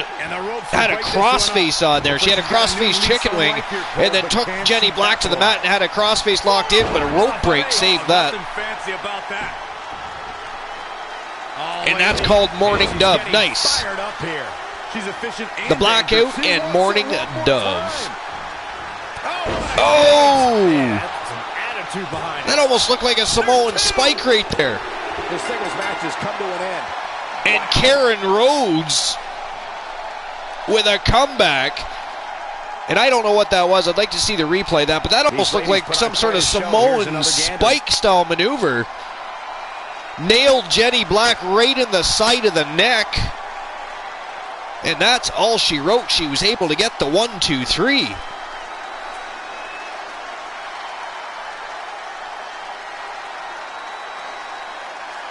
So that is Jenny Black's very first loss since signing with Vinny K's Universe.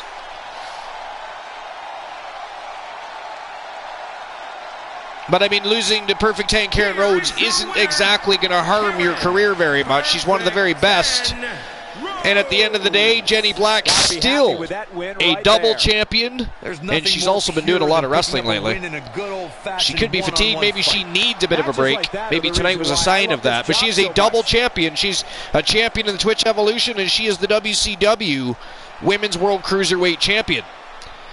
And that was a great match, but congratulations to Team Lady Veris, and congratulations to Perfect 10 Karen Rhodes. That was a big victory for you. She will, of course, get a WCW Cruiserweight Championship matchup with Jenny Black sometime down the road. It'll likely be after Hell in a Cell. All right, let's see what is next. What is next? Jack Stone, the Giant Enforcer, is next. Bromer says, I tell dad jokes, but I don't have any kids. I'm a faux pas. That actually was kind of funny. So up next, ladies and gentlemen, from SEW and DPW, he is the Giant Enforcer, son of Andre the Giant, at 7 foot 400 pounds. He is Jack Stone, and tonight he is taking on the Iron Sheik, who went on a bit of a rant against Jack Stone on Twitter, telling him that he was not as great as his father and he should stop pretending to be so. And it was despicable that he was making a living calling himself the son of Andre, regardless if he is or is not the son. And let me tell you, Jack Stone, not happy with the Iron Sheik, called the Iron Sheik out. The Iron Sheik accepted. Here we are. The contract was signed. And that said, the Iron Sheik cannot sue us for any liabilities, any damage caused from stepping in the ring with Jack Stone. But that matchup is going down right now. It is the third matchup of the evening. Jack Stone, the Giant Enforcer, versus the Iron Sheik. It is go time.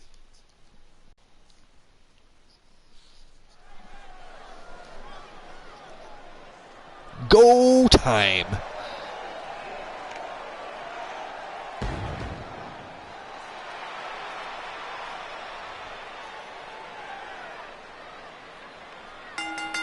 The following contest is scheduled for one fall.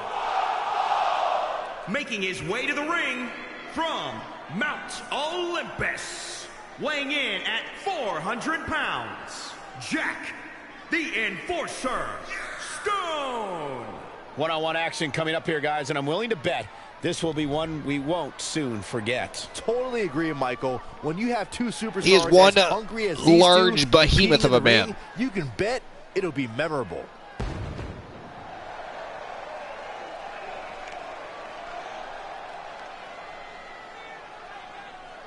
Thank you for the lurk, Amy Page. Hope you had a good time. Thanks for joining the Archiverse. Welcome to the Fam Jam.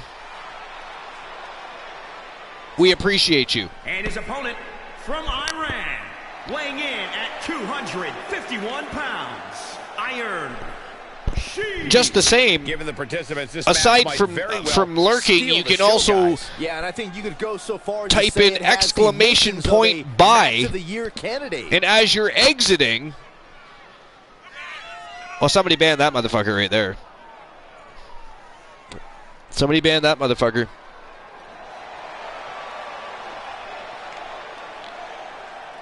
Yes, Bromer already on it. Perfection, sir. We do not care about your Byron, fame I would say these guys look more than ready to offering. start this match. So is this crowd, Michael, and justifiably so. This one's going to be simply amazing. Yes, everybody go to bigfollows.com and buy some followers. That sounds like fun. What a great time. I mean, is there a discount on that if you do it in bulk viewers, or? And if we have other people from the community do it, I mean, is there a discount for everybody on buying followers? That is just a sensational idea. For more than 50 years, men and women have entered this ring all in the name of Jack Stone with a show of power already. Iron Sheik shoved to the ground and bounced off the canvas. Match for a long time. When I looked at the card for tonight, Big this right one hand to the definitely stood out top as of the one you dome of the don't Iron wanna Sheik, miss. and he was flattened. Look at this, deadlift. Deadlift to a military press by Jack Stone. And then just drops the Sheik right on his face. That is savage. Look at this, though. Sheik with a falling neck breaker. Nice reversal. Very curious move to go for a pinfall at this point. Actually got a one count out of that. Right to the Jack Stone not very happy about it either. Snapmare takedown.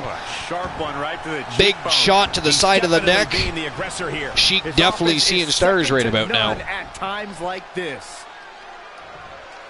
You were awfully slow on that one. Gave others a chance. Straight punch. Give everybody else a shot at dropping that band I hammer. don't know what he has planned out here, but he must be mindful of the You're just too referee's good, count. Bromer. That's what it is.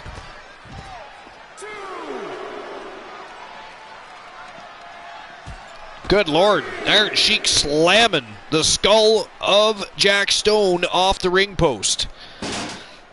But a reversal by the Giant makes the Iron Sheik eat some steel steps. That'll turn your lights out. Using the elbow as a weapon.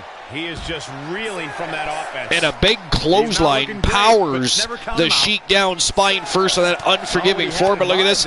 Still got fight in him, does the Iron Sheik. He is certainly giving it his all against this giant opposition standing in front of him. Narrowly avoiding trouble. Wow, they got in there just in time. He's in a bad spot Stone now. whips He's gotta find a way Sheik out hard of to that the corner. Uh-oh. Jack Stone with some bad intentions here. Oh, bonsai drop. Good Lord. I think he just turned the Iron Sheik into a pancake. I'll be surprised if there's any fight left. Wow. Wow, what a display. Wow. Of He's still got some fight left in him. I mean, he is a legend of the business. Vicious. He's in a bad way, guys. That is very impressive. The resiliency of the Iron Sheik tonight against this giant enforcer that is Jack Stone. Big diving headbutt off the second turnbuckle. And Jack Stone now just stalking Iron Sheik, waiting for him to get up. And here we go. Wow. Uranagi by the giant enforcer bounced the Iron Sheik off that canvas. Look at this. The old man still has fight left in him. He is not giving up. Iron Sheik showing everybody just how tough he is. Disciple of Darkness says BRB.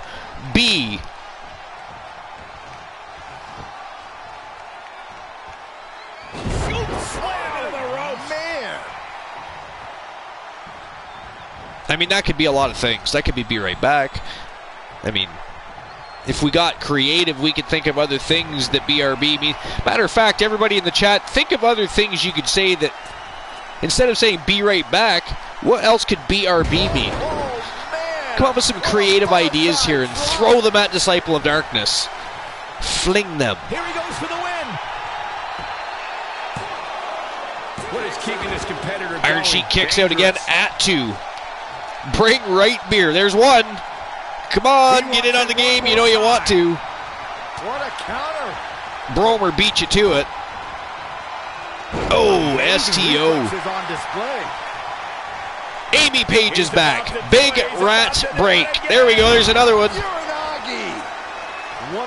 I like that one. Big Rats break. Unleashing it a second time. Bring right beer. Big Rats break. What else can we come up with? Right to the gut. Balls real big. Things are really going his way now. He's going to come back and read all of these words that have BRB in them and think, what in the blue hell is going on?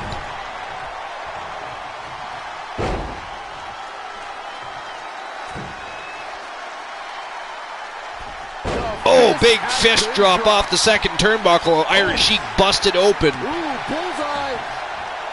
He is really taking a beating from this giant enforcer that is Jack Stone. Look at that. Huge choke slam. Giant, if you will. Yes, sir. That is it. That is all. The winner of the match in most dominant These superstars fashion. show. Here's another look. The former SEW and DPW superstar. Well, actually, he's the current. He still is wrestling for DPW and SEWs. So that is not entirely factually correct. But he is now signed with Vinny K in the Universe and really climbing that ladder towards the brass ring very quickly. It's going to be very hard to deny Jack Stone a championship match of sorts in the near future with a win over the legendary and formidable Iron Sheik. Amy Page says boomers real bad. And the celebration's underway. Any way you slice it, that win right there is beyond important. As we close the book on this match, so another big win just how for Jack Stone. Simply amazing.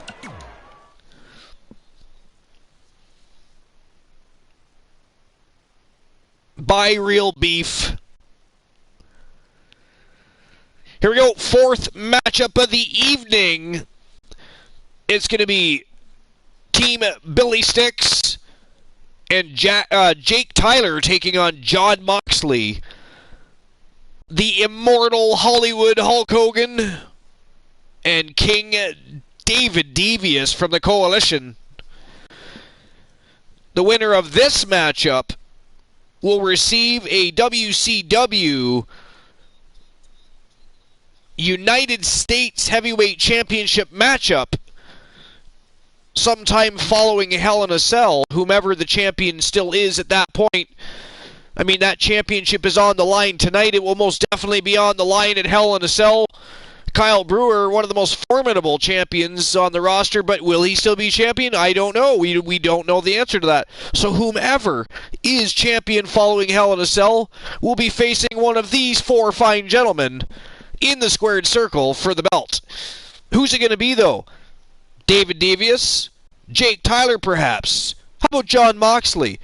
Or maybe the immortal Hulk Hogan hulks up and all the Hulkamaniacs run wild all over Moxley, Tyler, and Devious. It could happen.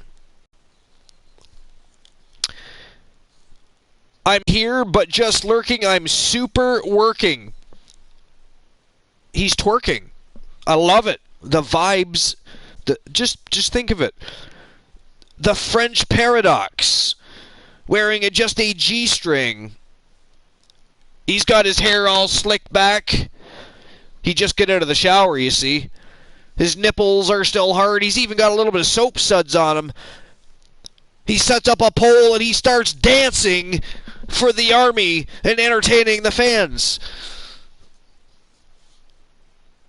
Although I'm assuming he's talking about actual work, though, so probably not. But still, visualize that. Don't even worry about that. Just visualize the soapy nipples of Zombie Master. And Zombie, I appreciate you. And if you're wondering, Zombie Master, about my message in No Holds Barred on Discord, you're going to have to go back and watch the beginning of the show. I don't even have enough energy left in me to recap that. I have to save all I can because we are still the late night place to be, the most must-see show on Twitch TV, and we need to have an epic show. So I have to save any last little bit of energy I have from my hour-long pipe bomb. And I do mean an hour-long pipe bomb, specifically and especially for piece of shit scumbag.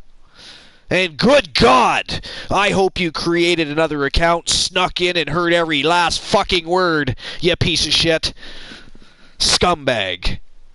I would be greatly honored if you did. If you did. If not, I hope somebody knows who it was. Hope that they were telling the story, laughing. Guess what I did when I hopped into the Archerverse? Actually, you didn't hop into the Archerverse. You messaged me on Twitch, you piece of shit, about the most ridiculous and utter fucking nonsense I've ever heard in my life. Which is why you're a piece of shit scumbag. It is what it is. Fist fuck yourself if you don't like it. I don't have the energy to do it. Although there's people in the chat that might do it for you. So there's that. Anyways, next on the docket, ladies and gentlemen, fatal four-way matchup, and then it is on to the championship rounds. The Immortal Hulk Hogan, Jon Moxley, Jake Tyler, King David Devious. The winner goes on to face whomever the WCW United States Heavyweight Championship is. Not the championship. The championship holder is immediately following Hell in a Cell. Let's go. It's go time.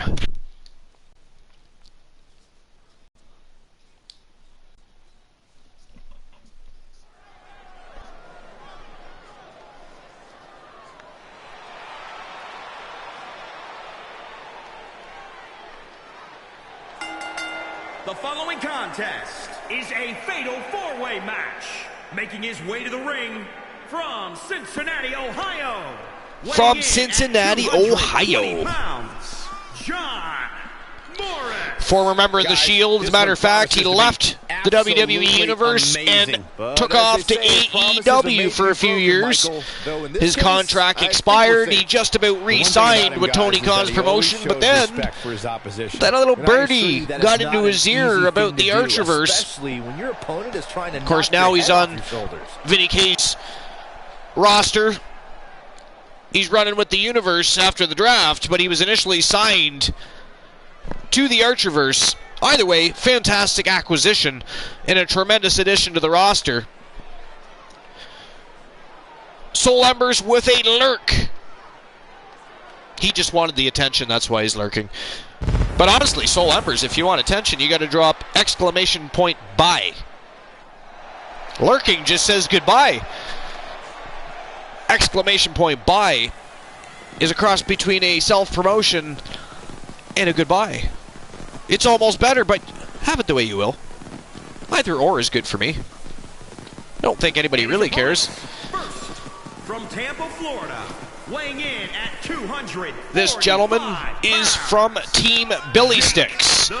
He is the natural Jake Tyler. This man has yet to have his big moment in the Archerverse or the Universe.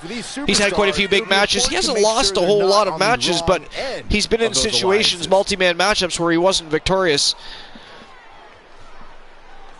Fantastic superstar, great technician. I'd like to point out he just hasn't had that opportunity to grab the brass ring quite yet. Heck of a match here tonight.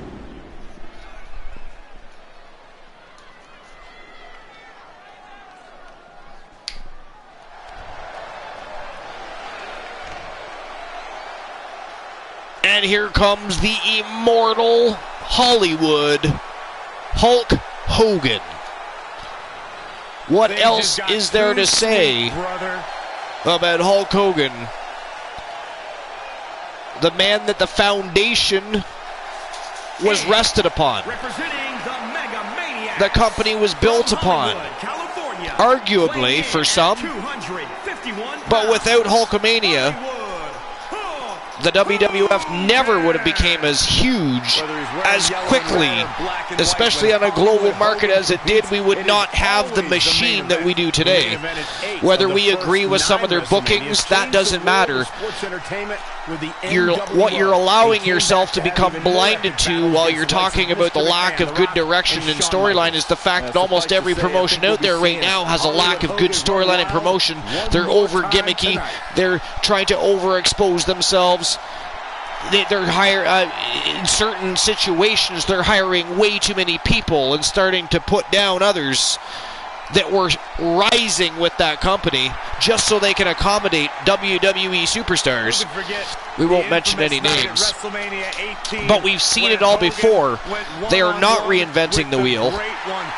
What they have is a good thing, and they need to get back to it before the WWE superstars do absolutely nothing for them but send them backwards in time. AEW did not need WWE superstars. They already had Chris Jericho, Cody Rhodes. They ended up getting CM Punk. They were getting names. They did not have to wait for WWE to open up their door and have some budget cuts. And they got to stop expanding the damn roster so big. People need... to have quality storylines, you need quality characters. To have quality characters, you actually have to be able to build those characters. If they're not on TV and they're not performing in front of people, nobody cares. WWE, however, even though we don't always agree with their directions, they still have the top talent, and they seek out the top talent. They go globally around the world to collect that top talent. And people that dispute that are simply blinding themselves. They are the machine. All the other companies and all the other promotions need to stop worrying about WWE. The WWE competes with themselves only. They don't need to compete with anybody else. They are an empire. They have billions of dollars that they can literally sink back into just that company. Everybody else has money, but their money comes from a larger source that has to be distributed amongst several other companies. If WWE really doesn't want another wrestling promotion around, they can make that go away. Let's not fool ourselves. They are like the mafia in the wrestling industry. Savages. People don't say no to Vince McMahon because he puts asses in seats. He sells tickets. And whether we like to pretend he doesn't know what he's doing, he's built a global empire, folks. Global empire. He does it bigger, badder, and better than everybody else, whether we like what he's doing or not. That's the funny part of it, because I don't agree with most of the shit they do either. But at the end of the day, as far as business goes, my God.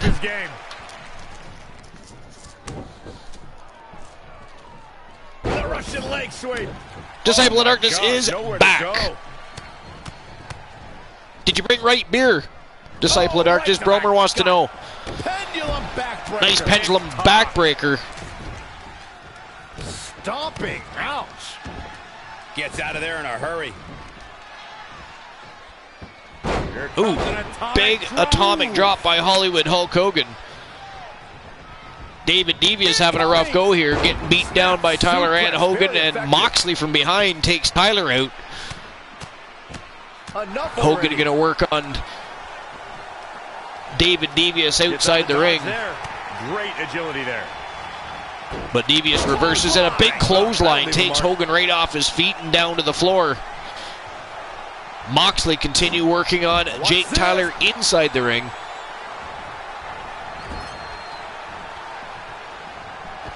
Ooh, what impact. Big knife hand chop.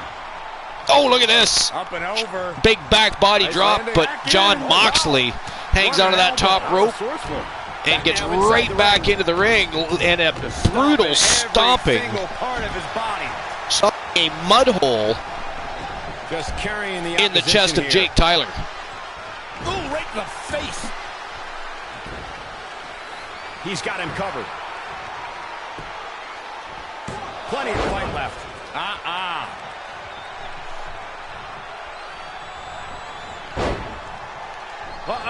Oh, man, right to the neck. A lot of chaos going on. Not where he wants to be right Exactly now. what you want from a fatal four-way matchup. High-octane matchup, fast-paced action, and these guys are kicking the shit out of each other. It is fantastic.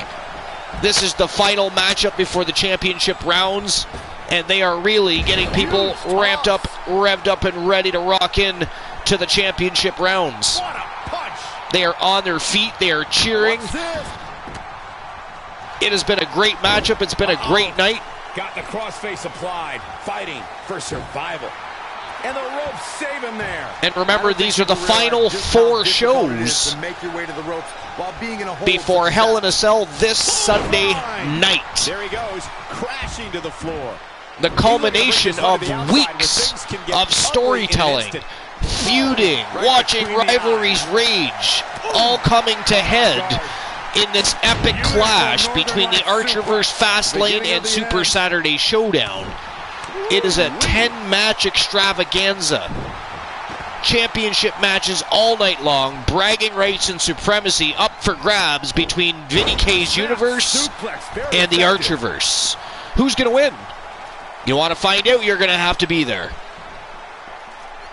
You should be there. You gotta be there. It is going to be fire. Bromer, can we get a shout out for Mr. T, please? He's got his own command, so if we could drop the correct one.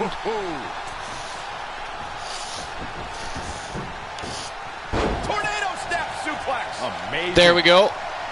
Let's not all forget that the beginning of tonight's show addressed many things, and one of those things is how good of a human being that the Turret Man truly is. He's a good friend, he's a great streamer, a great content creator, he's a humble man, he's a family man, a great husband, a great person. And if you're not already following the Turret Man, you really should. He will entertain you endlessly every time he goes live and you're on his channel. And the Turret Man is the person I turn to personally today to vent a little bit. There he goes. And he listened to what I had to say. Was a little confused about why such things would be said in a message as anybody would be. It was all nonsensical and absolutely ridiculous. Again, it is scumbag pieces of shit like that cause hate raids, that cause groups of people to go into people's channels and run coups and cause people to shut down for the evening, give people anxiety, turn people off of streaming. Well, we are not allowing that to happen here, baby. That shit don't fly here at the Archerverse. You want to troll us? Troll us. Bring it. We want it. We want the smoke. Could this be it? Night. The pitfalls of gravity, Michael. Man, John Moxley was all over Jake Tyler. Tyler with a reversal, and John Moxley slammed into that turnbuckle hard. Who's having a great night tonight so far? I don't know if anybody's been paying attention, but Hollywood Hulk Hogan has literally had his hands on every person in that ring tonight. I'm not saying he's going to win this matchup, but by God, he's sure on his way to a possible victory in this matchup if he keeps going strong. Elbow drop. Hulkamania is in fact running wild right now. Gentlemen, it's time to go to school. Woo! There it is. Figure 4 time. Is he done? And he fights his way free. He's got to be working on instinct. And if anybody wonders why my my rant didn't match what you were reading on the screen, I was not reading a teleprompter. Short arm chop. Hang on. I feel very confident in telling you that everything I told you about the Turret Man is actual fact. Just ruthless. And I promise you, if you're not already following him and you do follow him, it will make your Twitch experience that much better. Shoulder tackle, building momentum. I don't tell anybody what to do. Not my job. But I strongly recommend.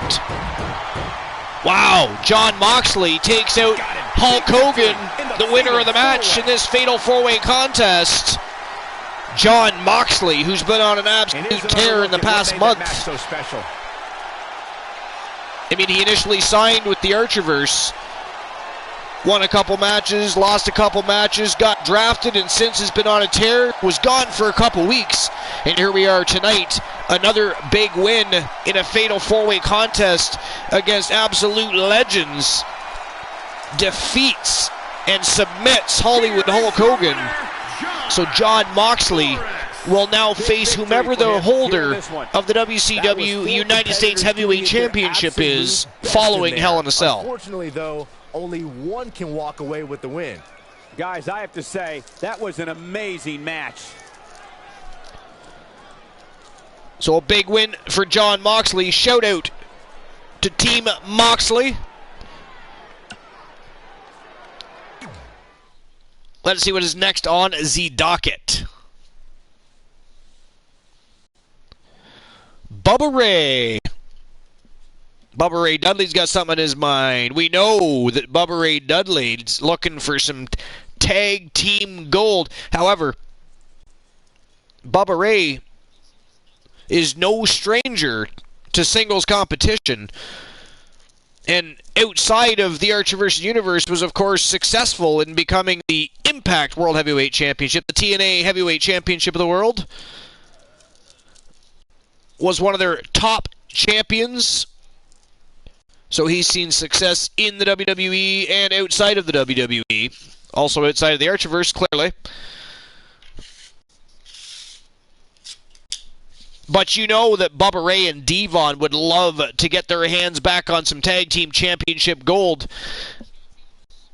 And since there's been no real situation involving Bubba Ray and any other superstar in the locker room as far as potential singles competition goes, I'm going to guess that Bubba Ray Dudley has got Tag Team Championship gold on the brain. Am I right? Maybe, maybe not. We are going to find out, though, because Bubba Ray Dudley is ready to come out to the squared circle and take control of the microphone. So without further ado, let's see what Bubba Ray has to say. Shall we? I think we shall. We shall? I believe we shall. What do you think? What do you guys think? Do you want to know what Bubba Ray has to say? Or maybe we just let him sit in limbo all night long. We don't really need to know. Do you really need to know what he's got on his mind? I don't know. We could just skip that. Whatever. But in any case, my giant puppy has to go out for a pee, much like I did earlier. He's been waiting patiently, kind of looking at me like he wants to eat me just a little tiny bit, which is a little unnerving and disturbing all at the same time. Why not? Let's make talk, I guess. Bromer says, it's your stream. Yeah, no, I can't do that to you. We got to know what Bubba Ray's got to say. I mean, he's a TNA World Heavyweight Champion. He's here in search of more championship gold. We're not going to make him wait. So without further ado, and without having my dog want to eat me, here comes Bubba Ray Dudley. Bromer, I'll be right back. The ship is in your capable hands for the time being. Try not to do anything crazy while I'm gone, though. You know? I mean, ban away if you must, but try to keep it appropriate at least. I do say try. Because I don't really care. But I have to tell you to try, otherwise it doesn't, you know, what kind of host would I be? If I'm just condoning openly and willingly, you know, you banning everybody in the chat. Here we go, Bubba Ray Dudley coming out.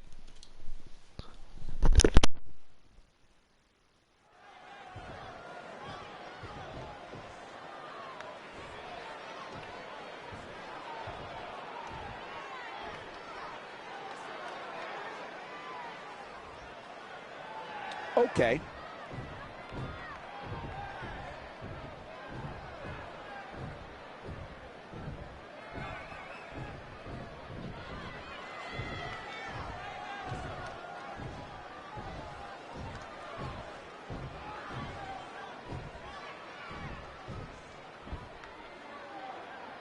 And so it begins. One of the most popular superstars in the WWE, no question.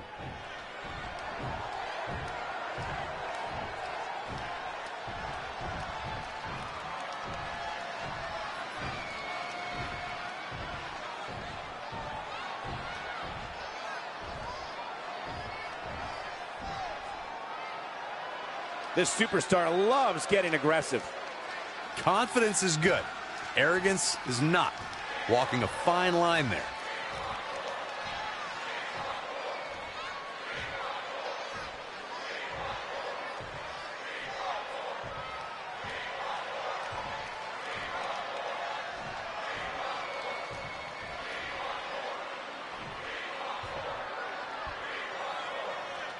Oh, come on. What now?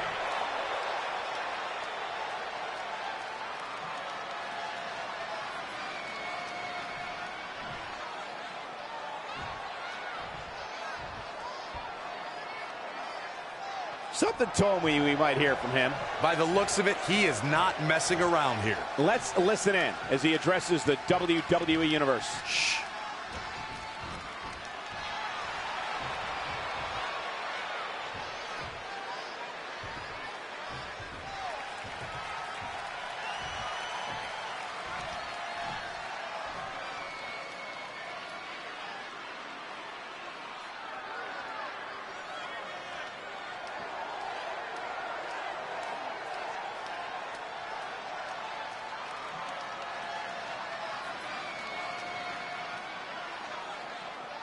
Sometimes it's hard to get a word in edgewise. Pride comes before the fall. Better watch it.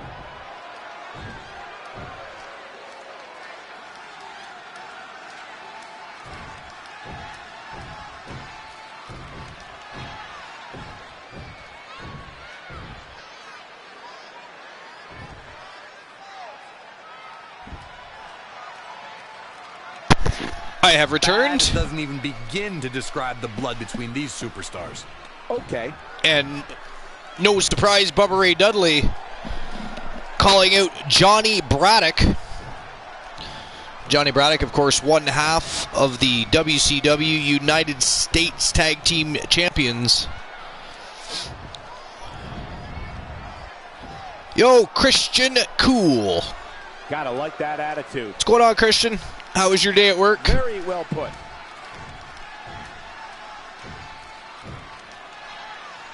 The coolest cat in town, normally the co-host with the most.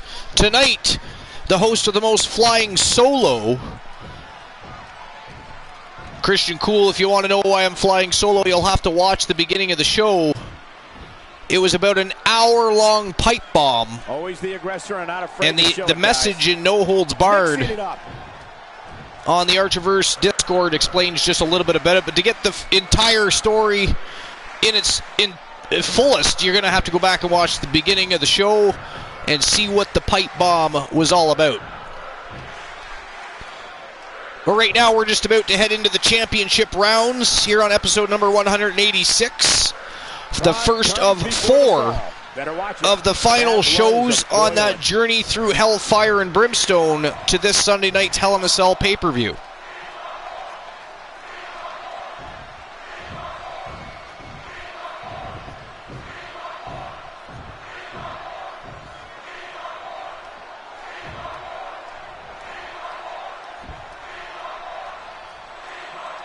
Well, okay. Definitely a fan favorite.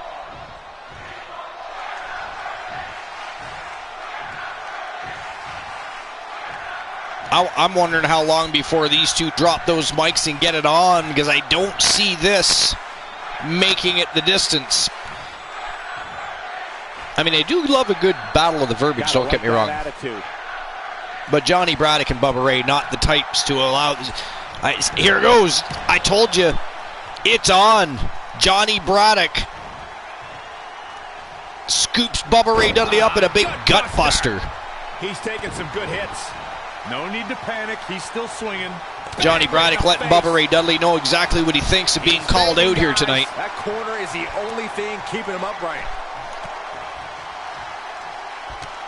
Bubba Ray on the attack now. That's how you break down your opponent. Like chopping away at those legs. Big headbutt. There it is. The referee is waiting. Oh, Braddock jumps right back to his feet, and a clothesline takes him right off his feet. Christian Cool says, haha, fuck you, Braddock.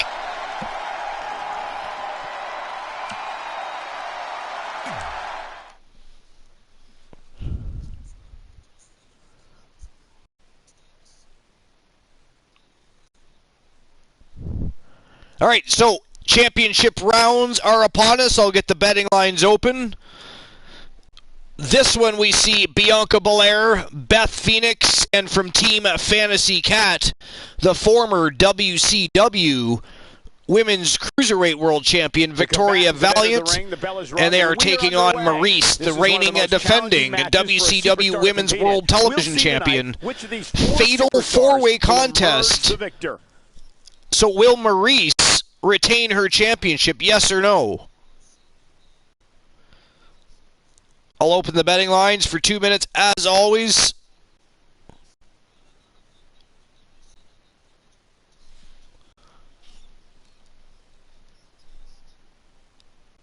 And there we go. Betting lines are officially open.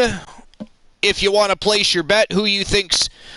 Well, not necessarily who you think's going to win, but do you think Maryse will win, or will one of those other four crazy vixens take home championship gold tonight? Either way, go time for betting, and it is go time for the first championship match of the evening. Let's go.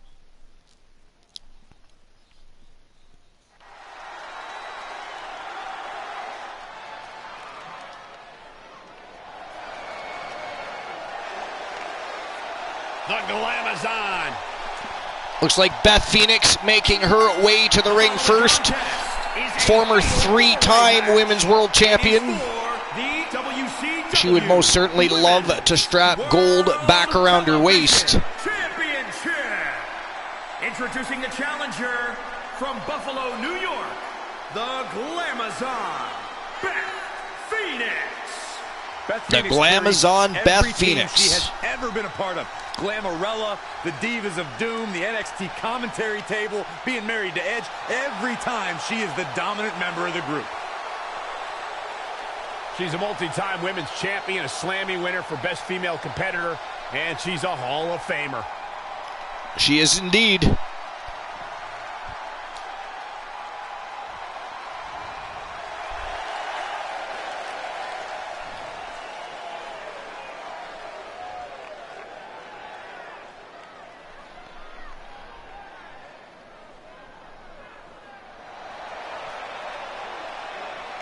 And introducing the challenger. And from Team Fantasy Cat, she is the villain vixen, It's a big-time opportunity. Victoria Valiant. You're right, Michael. And judging from the response on social media heading into this match, we're likely to see a new champ crowned here tonight. She took the roster by both surprise and storm upon signing. Quickly rose to the top of the ladder, was awarded a matchup against Bianca Belair, and took the opportunity to the fullest, became the brand new WCW Women's Cruiserweight Champion. But then she met Jenny Black, SCW and DPW Women's Superstar, that has been tearing up the women's division for the past week and a half, and quickly put herself into championship spotlight and won. The challenger from Knoxville, Tennessee, But tonight, Victoria Valiant chasing more gold like Bianca Belair, there's no room to have self-doubt or against 3 new opponents. Tonight, she'll have to take out Bianca Belair, Beth Phoenix, and Maurice Pound for pound, one of the strongest if she wants to win championship gold here tonight. And Bianca Belair, of course, a former women's champion. Look for her to show that off here tonight. Tonight, we have 4 of the very best in the business, all in the ring at the same time, with a championship on the line.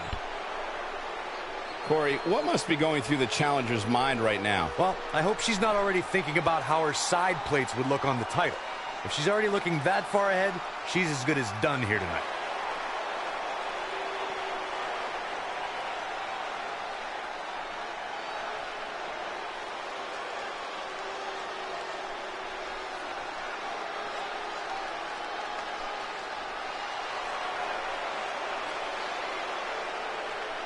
Corey, it's your night! And here comes the champion, from Montreal, Quebec, Canada, the French bombshell. From Montreal, Quebec, Canada, she is I tried to marry every woman I met. Maurice. Sounded like Maurice. Sounds like a personal Mrs. problem. Miz, Tremendous competitor in the ring. the reigning and defending WCW Women's Maurice, World Television I like to refer to the Champion. Miz as Maurice's husband. The question is, will she be champion after tonight? Can she retain It is a very questionable against 3 Nothing to question, of the very best in the business at the same time? Fatal 4-way contest.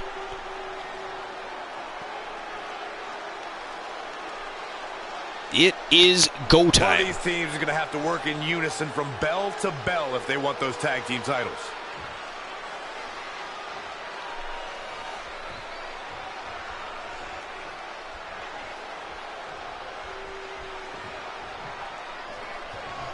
Here we go. Corey, what should be the game plan in this type of match? A plan should be in place to isolate and eliminate Beth the most Phoenix dominant and force in Bianca the match, Belair and then the remaining immediately competitors going do after battle one another. to Very the win. interesting. And Maurice and Victoria Valiant scrapping it out. Be careful if that superstar finds her way Wow, back big into the power match. bomb already from Beth Phoenix. Bianca Belair down and out. Victoria Valiant throws Maurice right over the top rope, and now they are going at it outside the ring.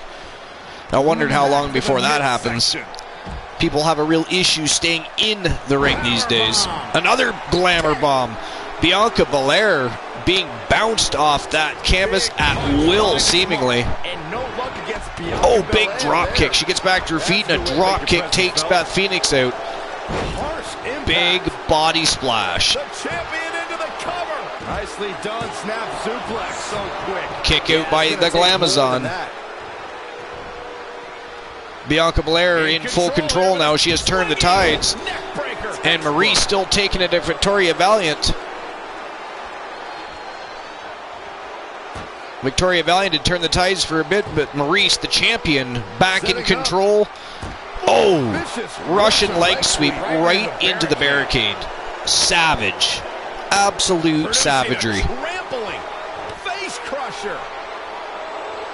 Face buster. Nice standing vertical suplex. Look at this, a squatting standing vertical suplex. A show of strength by Bianca Belair, the former women's champion. This could be trouble for Beth Phoenix. Oh! Swinging neck breaker. That was more like a float over neck breaker, but from a standing position. She's still in this one.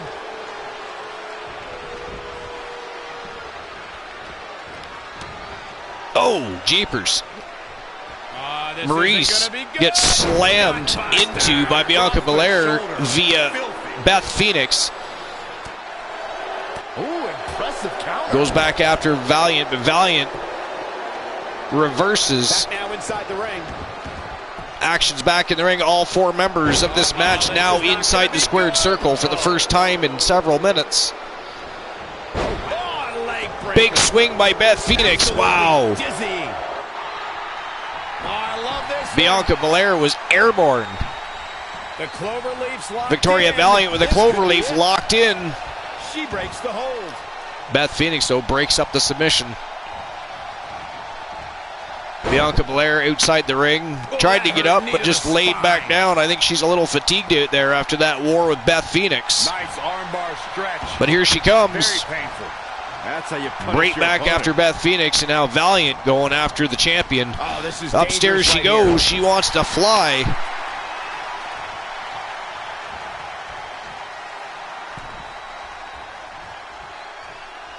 Changes her mind. Gonna go help Bianca Belair take out Beth Phoenix, but now Bianca Belair taking the fight right to Victoria Valiant. Yo, Mo, how's it going, my friend? Welcome to episode number 186, Mo. This is the first of 4 shows that will solidify the storylines and push those feuds and rivalries into Sunday night's Hell in a Cell pay-per-view. And the action has been absolutely fire tonight. So how you doing, Mo? Appreciate you being here. What's new and exciting? How you living? There she goes. She's got something in mind. Exiting the ring. Byron, in the world of romance. This has been a great match so far. Wow, huge DDT by Maurice. You get dropped like that, you don't get up, period. Wow, that is it, that is all. Ladies and gentlemen, the winner of the match, and still the WCW Women's World Television Champion. She is the French bombshell from Montreal, Quebec, Canada, Maurice.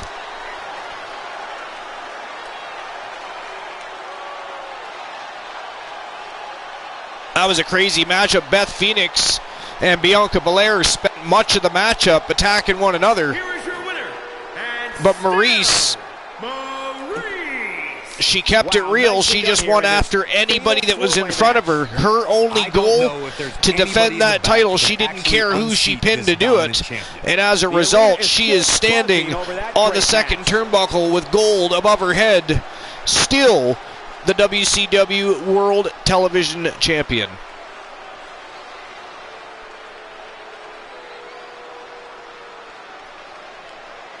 All right. So Archer vs. Bucks were issued. I'll get the next betting line open in a moment.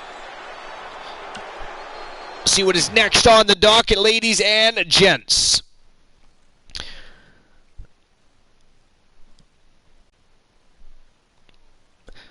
And next, it is a trip to the tag team division.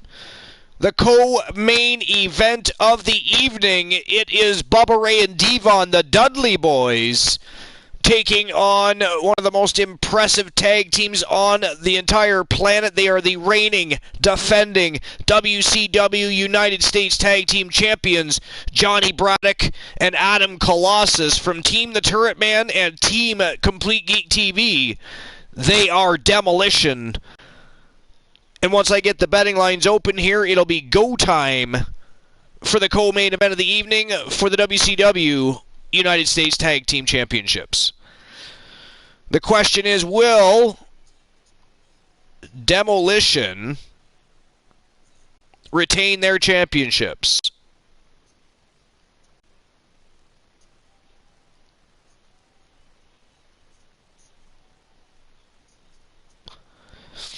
Yes or no, as always. 2 minutes to place your bets. And I'll open betting lines here in just one moment.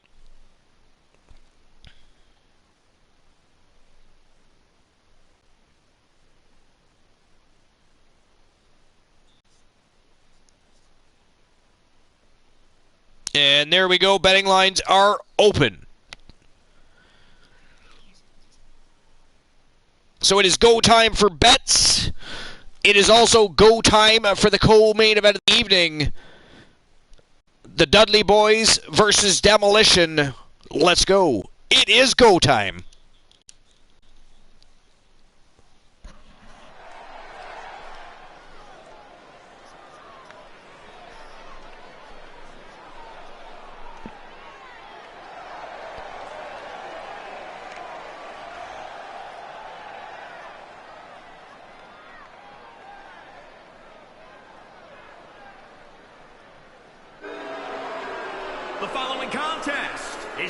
Bubba Ray Dudley, the TNA World Heavyweight Champion still, at least in his own mind. He still carries that championship around.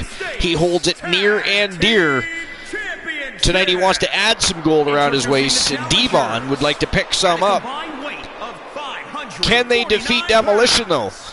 Can they walk through It's a big time opportunity. Johnny Braddock and Adam Colossus like they have teams in the past? Media heading into this match, we're likely to see a new I mean, let's make no mistake about it. The Dudley Boys are a famed, great tag team, but they have never, in their careers, faced the likes of the Demolition.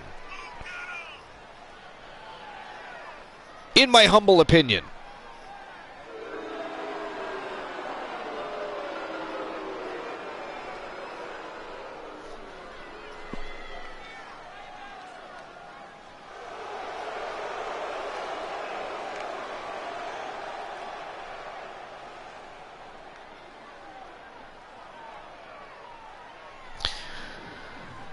Bromer, I'm a huge wrestling fan, but I love Archer's take. His storylines rival the real thing. Mo, I appreciate that. That is what we aim to do here, provide the ultimate entertainment in fantasy wrestling excellence. It is our goal, it is our mission to put smiles on people's faces, tug at that nostalgia of a time they remember when wrestling was great. And wrestling could be great again. They all have great ideas. They've just got to keep things into check. Wrestling can be great again. They have the talent to do so, believe me, on all sides, especially WWE, of all, has no excuse to have bad storylines and bad direction. They have some of the best talent in the entire world. It's ghastly. But AEW, even TNA, they've got some talent, boy. They can put on a hell of a show if they really want to. AEW's done great things. They've also done some questionable things, but then again, so does every promotion. It happens.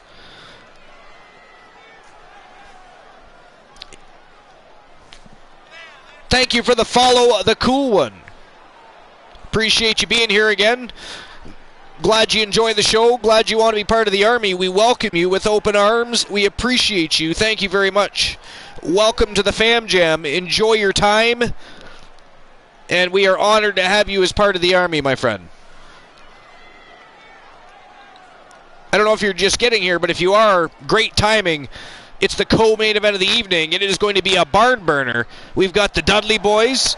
We've got Demolition. And we've got the WCW United States Tag Team Championships on the line.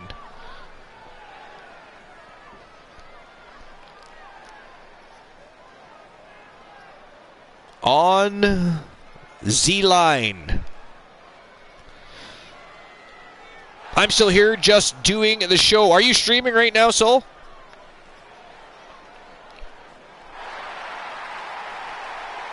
You got a show on the go? Is it a wrestling show? What's happening? What do you got going on? Tell us. Inform us. Inquiring minds want to know. Oh, you're just working on a show? You're not actually streaming. Okay. Gotcha. I understand now.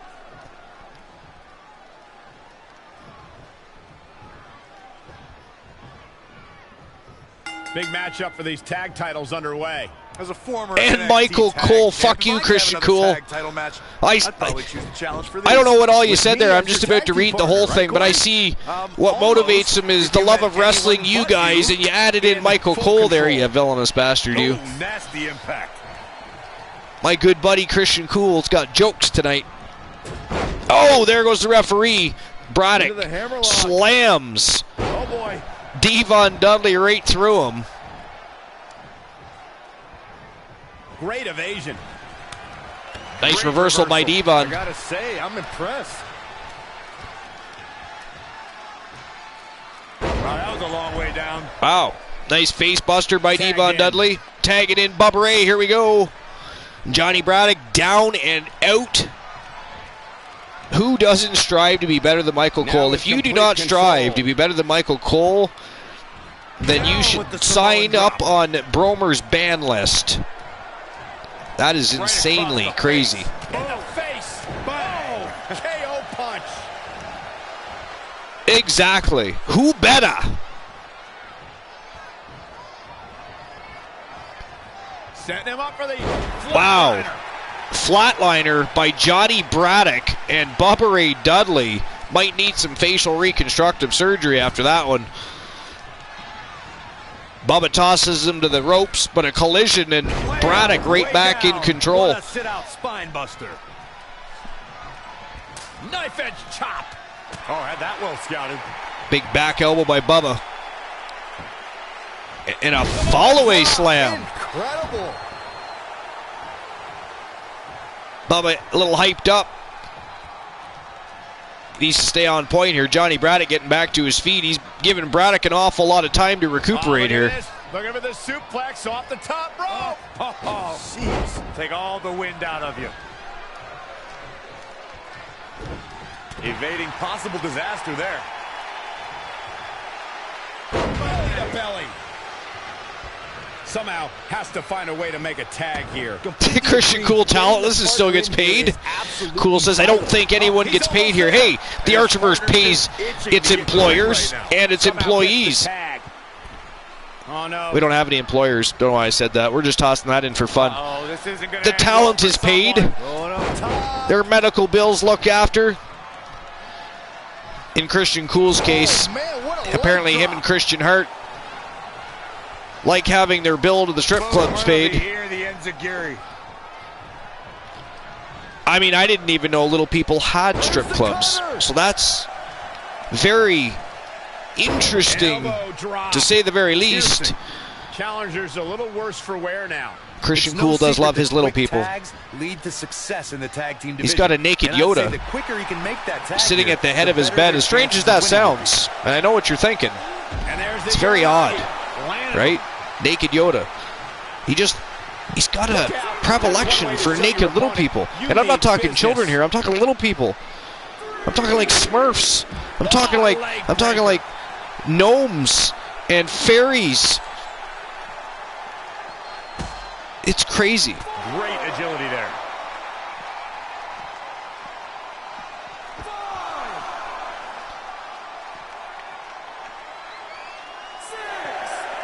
Fireman's carry.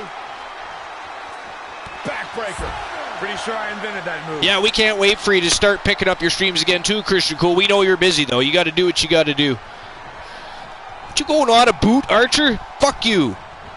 He's stuck in the corner now. Shoulder block over and over in the corner. Complete dominance. How dare you, sir? Looking to make a much-needed tag here. And if successful, we may be looking at a whole new match here. Like I believe Adam Colossus just told the Dudleys that they could kiss his ass. I don't know if anybody else saw that. But Devon was working overtime. I know. I was wondering when the hell Bubba Ray was going to get back in there. Unfortunately for him, he's getting beat on by Adam Colossus. Did you see that? The challenger not looking good right now. He needs a breather in a bad way right now. If he could just make it to his corner and make nice side slam by Colossus. I think Colossus might be looking to end things here. Put the Dudley boys out of their misery and head back to that after party with the championship gold.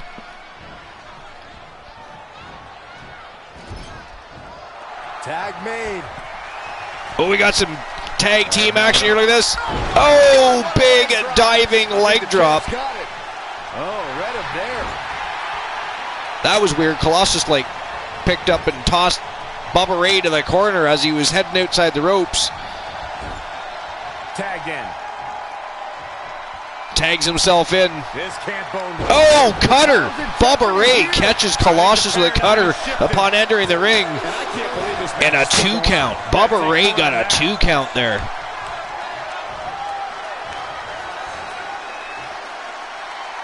Big back body drop. Oh, super kick right to the face. Bubba Ray on a tear here. Bubba Ray looking to take home some gold. But Johnny Braddock quickly breaks up the pin.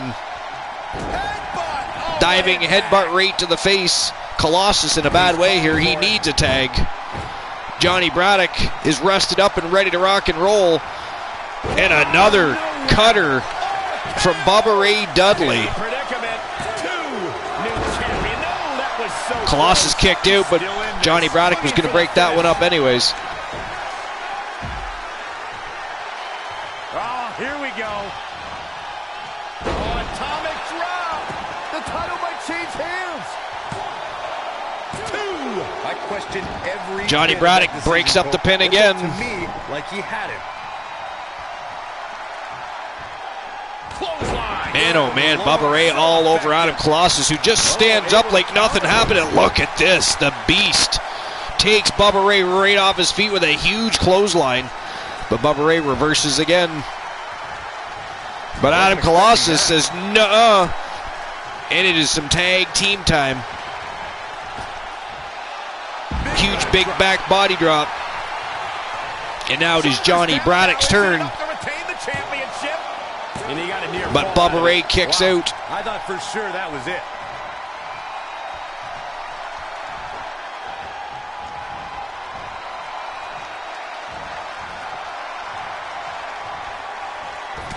Oh, big elbow right into the kidney area. 2 of them. And a deadlift. Deadlift power bomb to Bubba Ray Dudley. Braddock drags him towards the center of the ring, but I don't think he's done yet. Here we go. It is elbow drop city time. The crowd is counting. Piercing. Wow. Absolutely savage. Wow, he kicked out. How the hell did he kick out of that one? That is crazy. He has something big planned. Look at that, big bear hug. Overhead, belly to belly. Man, oh man, he just tossed Bubba Ray clear across the ring.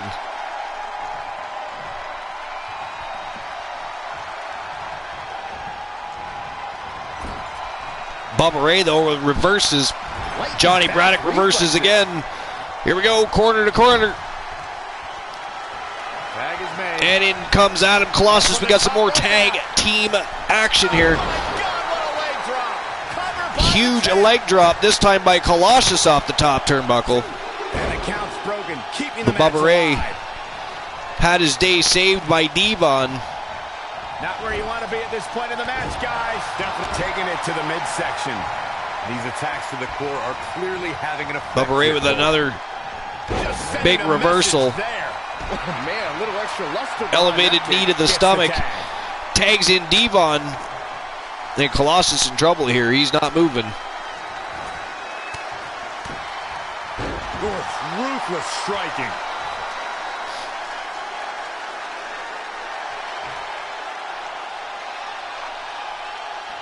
Devon Dudley pumping himself up.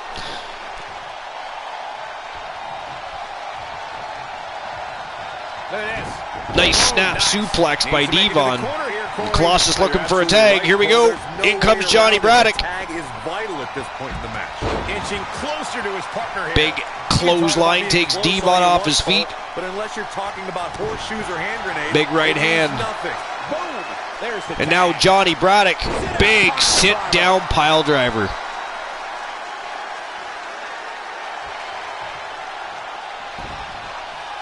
The champion into the cover. It's going to take a lot more than Wow, that. kick out at 1. Going to take more than that.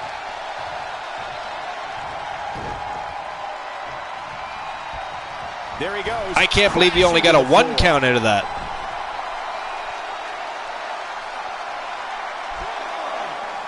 Bang right in the face.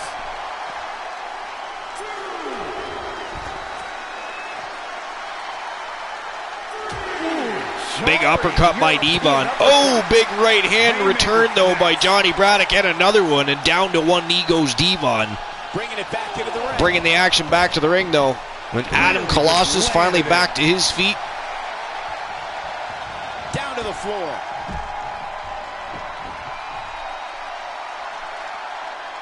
You love the messages?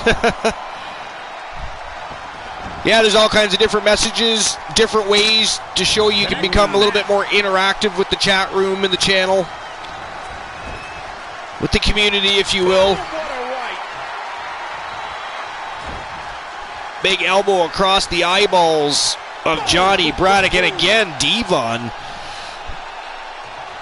with some bad intentions. Alley-oop powerbomb. Nice standing drop kick. And now it is Johnny Braddock in trouble. And in comes Bubba Ray Dudley.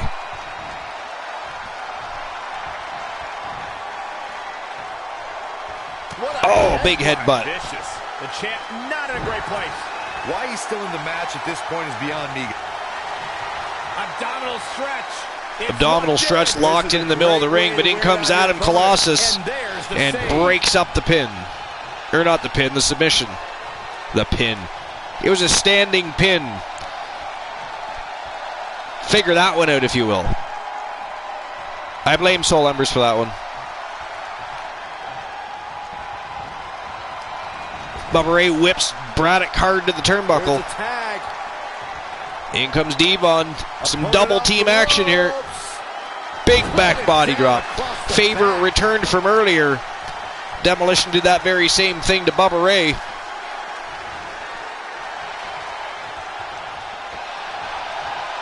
Clothesline takes him down. Forget about it.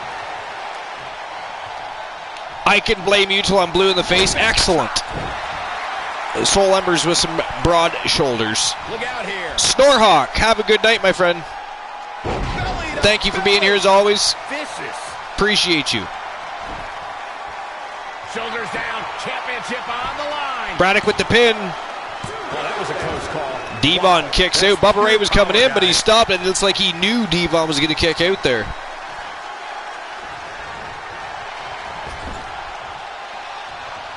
Oh, read him there. Good Lord, it's like a do-si-do. They're dancing, they're not wrestling. Oh, that was brutally savage.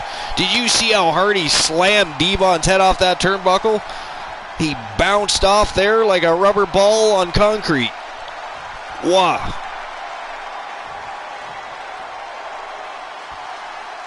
Looking to make the tag here. A tag at this point can change the whole Big kick right to the chest sends Devon right back to the mat. And a big elbow to the heart. Adam Colossus in full control, looking to put an end to the evening for Bubba and Devon. Here we go, deadlift, show of strength by Colossus, and a power bomb. Wow, reversal by Devon. Up to the second turnbuckle. And a sunset flip. Wow.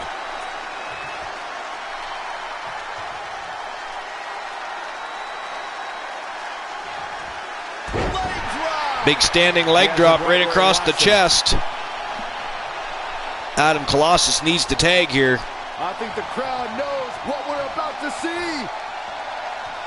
What an inverted DDT. Inverted DDT by Devon. And Colossus in real trouble here. The championship's in jeopardy. Good night. Gonna see a new champ.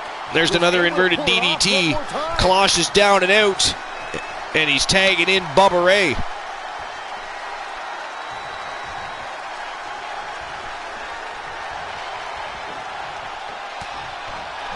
Went for a big right hand, but retaliation by Colossus and a flatliner. Championship level move. There's two. Wow, Adam Colossus has done it. Devon couldn't get there in time. That is it. That is all, ladies and gentlemen, your winners of this tremendous, tremendous championship tag team matchup. And still, your WCW United States Tag Team Champions from a Team of the Turret Man and Team Complete Geek TV. Johnny Braddock, Adam Colossus. They are Demolition.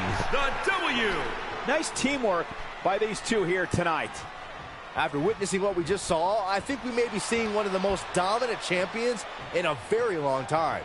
They are most certainly one of the most dominant champions in a very long time. I hope you enjoyed it. Thanks for watching.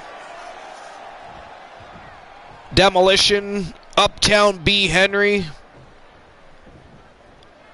Kyle Brewer, some of the longest reigning champions right now in modern times.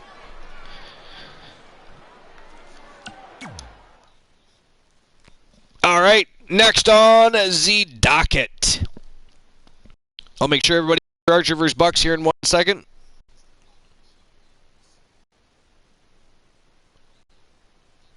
Here we go. Get the next betting line open and ready for the final matchup of the night. The main event. And we're going to have from Team Glenola and 1/3 of the War Raiders. He is the Wolfman, Alan Severn. And by the way, Alan Severn, since the resurrection, the biggest resurrection since Jesus, by the way, the epic rebirth of Team Glenola and Alan Severn, the Wolfman, have been absolutely howling. They have been on a tear, an absolute tear. And Alan Severn most definitely looking towards that brass ring and for that championship shot. And likely this has everything to do with just that. But let's find out for sure. I mean, what do I know? I'm just the host with the most on the late night place to be, the most must-see show on Twitch TV, the very best in fantasy wrestling excellence, the leader of the army. Although some might argue that that's Bromer most nights, to be fair. The Archerverse TV has to deliver the goods. Let's find out exactly what Team Glenola and Alan Severn are up to. Wonder what this is about. You know this guy came prepared. Let's listen in as he addresses the WWE Universe. Shh.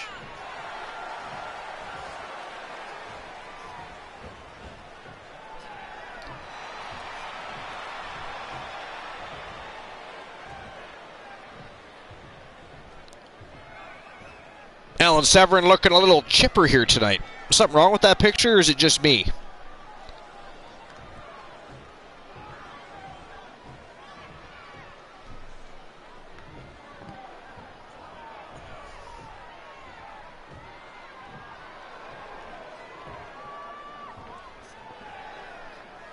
Showing the proper respect. Well, okay. I mean, does Alan Severn really have respect for his opposition? We know he respects the business. We know he loves the fans. Come on. What are you trying to sell us here?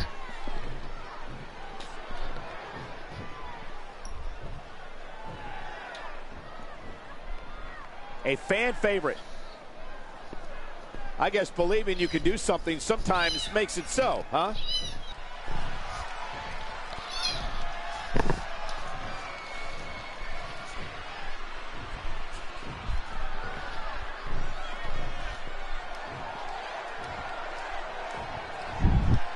I mean, so far it looks like Glenola's boy, the Wolfman, Showing the just out respect. here doing a lot of barking. I mean, Well, what's he getting okay. at here? He enjoys giving someone the beatdown they deserve, but who is Kurt Jordan? He's calling out the OG. So Glenola has made his choice. Alan Severn, of course, won #1 contendership status Holding to the their tongue is not something WCW the World Heavyweight superstar is known Championship, for. but has yet to actually formally challenge the champion. That's going down right now. Here comes the reigning, defending WCW World Heavyweight Champion, the OG, Kurt Jordan, what's on answering his the call mind. of the And Wolfman wait very is quickly. finally over. I'm sure the WWE Universe is dying to know what's going on.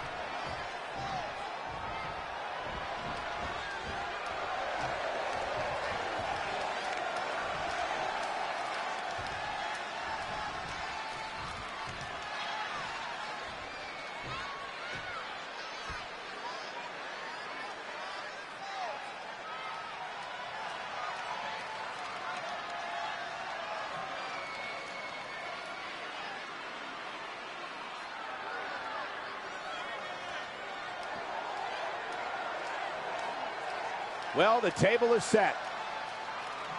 And so it begins.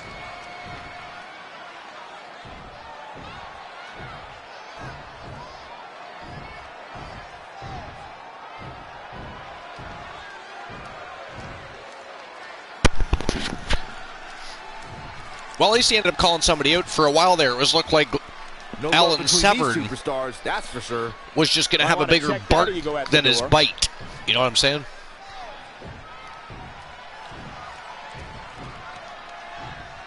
It wouldn't be the first time in history that he's done that. Just come out to blow some smoke.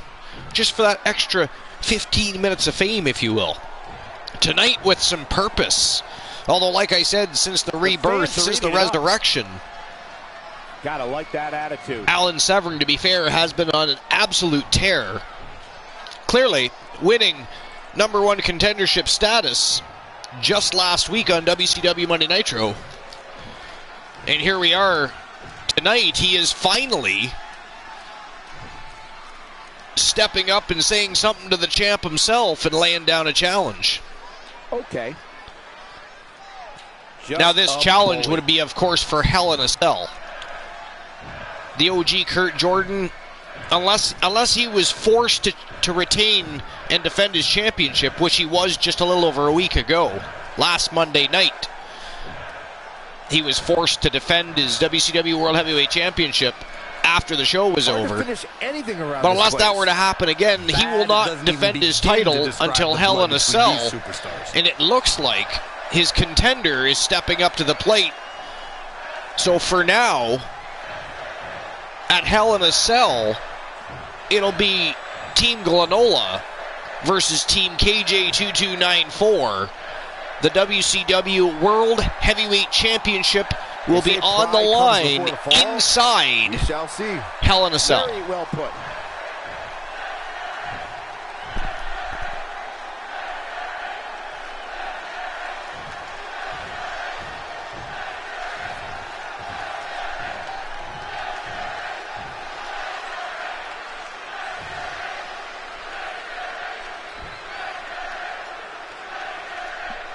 Showing the proper respect. Much like the rest of the segments this evening, I see this one endling.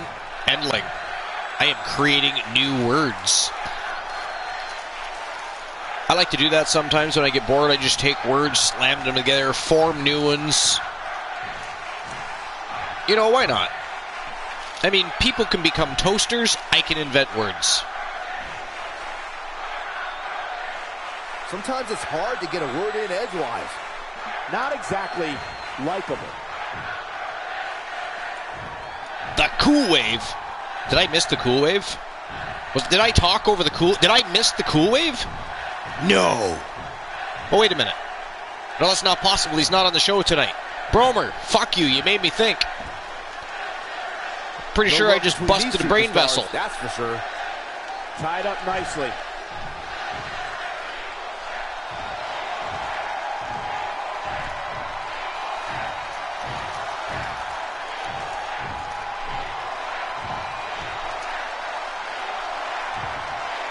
Good Lord, am I going to be wrong for the first time tonight in a bad way? Well, come on, get it on. No! Not sure what to say about that, except let's go. Where is Severn going? Get your ass back there. Well, the Battle of the Verbiage made it to the distance, and Team Glenola and the Wolfman Alan Severn stood strong with the tongue lashing. But can they stand strong when it comes to the competition that's inside the squared circle and not just on the microphone? That is the question that needs to be answered. That question will be answered without a shadow of a doubt this Sunday night. Hell in a Cell. Kurt Jordan, the OG from Team KJ2294, taking on Team Glenola's Wolfman Alan Severn. WCW World Heavyweight Championship on the line inside a Hell in a Cell. It is going to be an epic clash. But let's see what is next. What is the main event of tonight's show? Let's go. Let's find out. And here we go. Ladies and gentlemen, Cody Rhodes, of course, called out Kyle Brewer earlier tonight. Kyle Brewer accepted the challenge, put his title on the line against the American Nightmare, the son of the American Dream, Dusty Rhodes, Cody Rhodes himself. And then the showstopper, Gabriel Michaels, intervened. He's got a beef, a score he feels that needs settled with Cody Rhodes. I have no idea what that is. We've heard nothing. There are not even any rumors suggesting that they had an altercation. However, something about Cody Rhodes irks Gabriel Michaels. And shortly after Cody Rhodes called out Kyle Brewer, Gabriel Michaels called out Cody Rhodes.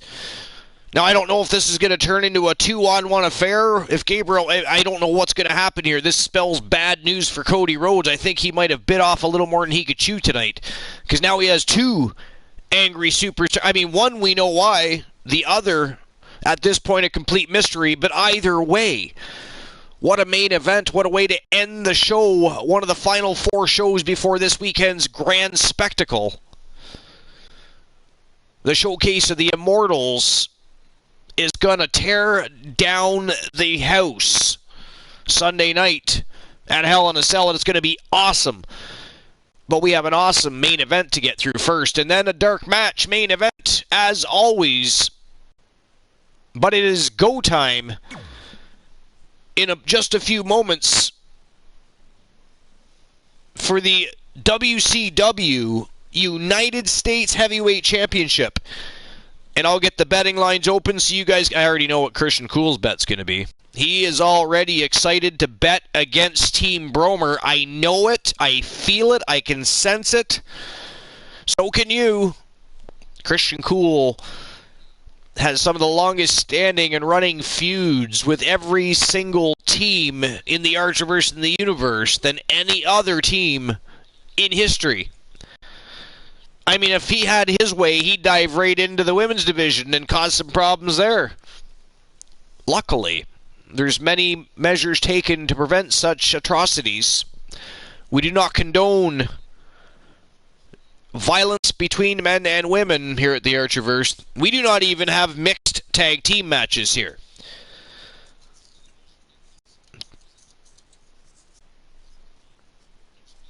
Mixed tag team matches aren't generally all that much of an adored attraction to begin with, to be fair. Alright, so the betting lines are open. You can now make your bets. Will Kyle Brewer retain his championship? Will he walk out of here the WCW United States Heavyweight Champion? Will he go in to Hell in a Cell as a champion?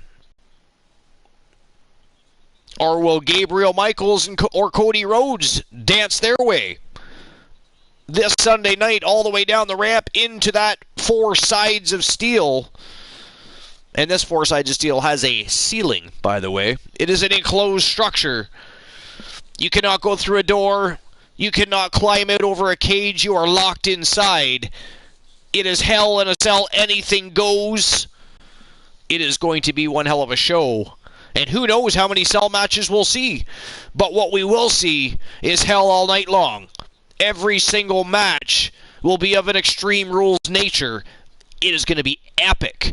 The Archerverse Fastlane taking on Super Saturday Showdown. 10 matches, championship matches all night long. Weeks of storylines culminating, feuds and rivalries that have raged. We have 3 shows left And then it is go time. And it is also go time for the main event of the evening. Let's get it underway. It's go time.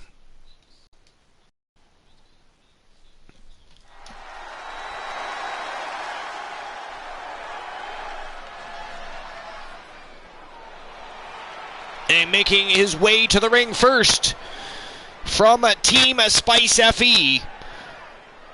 He is the reigning, defending Twitch Intercontinental Heavyweight Champion, the showstopper, Gabriel Michaels. And is for the WCW United States Championship. Introducing the challenger from New York, weighing in at 235 pounds, Gabriel Showstopper Michaels. Here we go, gentlemen. Huge title match coming up. And a huge opportunity for the champ to prove to everyone that there truly is none better in all of WWE right now. Well, I'm sure that is definitely an arguable comment, considering the company he keeps in the universe. I mean, we don't like to, promote Vinny K's roster too much. We do have to hold true to the war and the battle for supremacy and bragging rights between the Archerverse and the universe. Therefore, we do not like to promote them all the time, but they do have a formidable roster. From Marietta, Georgia, weighing in at 220 pounds, Cody Rhodes. I mean, in our humble opinion, not as good as the Archerverse roster. However, will be on the line here. You're right, Michael. And judging from but here we go, coming to the ring first. He is the American Nightmare, the son of the American Dream, Dusty Rhodes, brother of Goldust, Dustin Rhodes. He's a former multiple-time Intercontinental Champion, United States Champion. He's been a tag team champion. He's a highly decorated superstar, one of the best to ever lace them up. He is Cody Rhodes.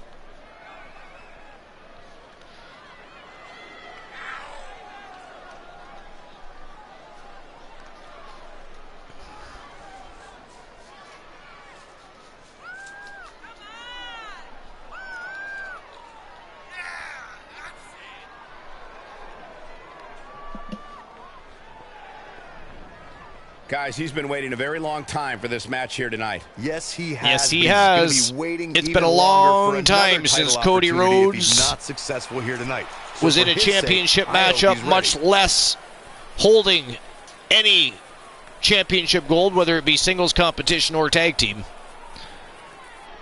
He's busted his ass to get back into the spotlight. He would love to take home the WCW United States Heavyweight Championship, but to do that, he's going to have to go through this man, the reigning, defending, undisputed WCW United States Heavyweight Championship, and by the way, he's held that title now on 3 times. From Team Bromer, he is the Wanderer, Kyle Brewer. Omaha, Nebraska, weighing in at 240 pounds. He is the Kyle, the Wanderer Brewer. Of course, the title is on the line in this one, guys. Yo, Distinct Cone, DC. You're back. How you doing? How are the kiddies? Are they ready for school? Or did you give them a little bit of slack time, a little bit of downtime so they could watch the Archerverse?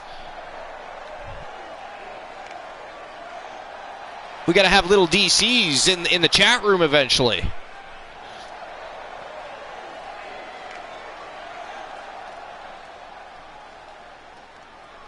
One of them are up. You would have to say nice. The champ comes into this match as the heavy favorite. But there's a reason why they don't fight matches on paper, Cole. Kyle Brewer. The champ has plenty to worry about in this one.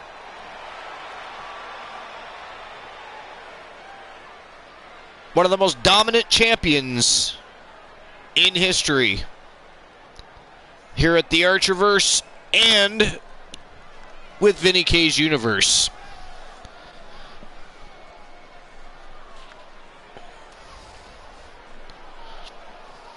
And here we go. It is official. Championship is on the line. The best teams around facing off for the titles. It is go time. Go time. Go time. Are you ready? Here we go, folks. It's Mo, DC, are you ready? They're coming unglued right now. Oof. Cody Rhodes slides down, big uppercut to the throat. Clubbing blow. Clubbing away to the spine of Gabriel Michaels, but look at that. Oh! Facebuster. Good Lord, huge facebuster. By the champ. Kyle Brewer catches Cody Rhodes from behind and by surprise and plants him on the canvas, and Gabriel Michaels wants to help out. Kyle Brewer reminds him he does not need help. He does not want help. Hoist it up. Kyle Brewer likes to wander on his own path, if you will. That was all sorts of Look at that, big German suplex. Attacks Cody Rhodes from behind again. And whether you like his tactics or not, he gets the job done. Hooked up. He's the reigning, defending, undisputed champion for a reason, is Kyle Brewer. Ooh, what impact.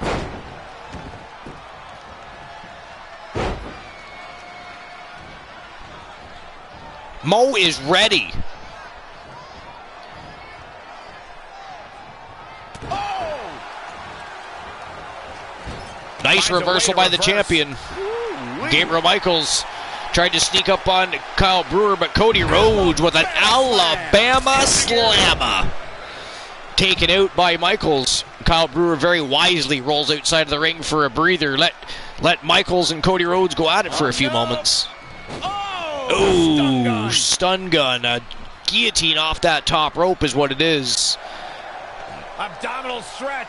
It's locked in. This is a great way to wear down Gabriel Michaels stretching away at that abdominal region of Cody Rhodes. Big drop kick, though, by Kyle Brewer. Breaks up the submission attempt. Close quarters. Oh, what a knee. Nice knee lift right to the jaw. Michaels with a reversal, though, and now Brewer with another reversal, and an enziguri to follow up. The champion looking strong here tonight. Looking good in there is Kyle Brewer, the Wanderer from Team Bromer. Look at this, powerbomb to Cody Rhodes. And now Gabriel Michaels, though, takes his legs out. He's got a sharpshooter locked in here. Gabriel Michaels with a sharpshooter locked in, but Bromer, Team Bromer, taught their boy well. Kyle Brewer fights out of it.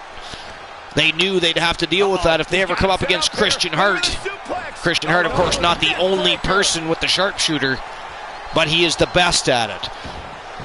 You've got to work it. You've got to be locked into it to reverse it and learn how to reverse it. Kyle Brewer been working diligently, tirelessly, It looks like they both did their at ways to make sure that that doesn't become a problem in his life. And Gabriel Michaels found out just how long and hard he's been working at it, because his sharpshooter highly unsuccessful here tonight. Wow, look at this roll up. Cody Rhodes with a roll up. And he kicks out. But Gabriel Michaels kicks out. A good thing, because the Wanderer is still down and out outside the ring. Had no idea that Rhodes had that pin. Kick on the mark.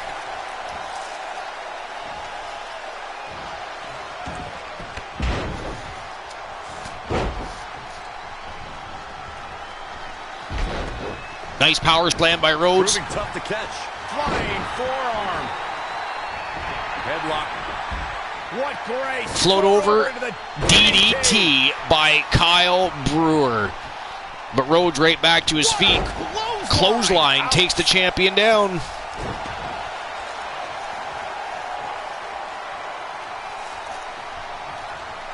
Kyle Brewer flat on his back in the middle of the ring, and Cody Rhodes taken to the skies.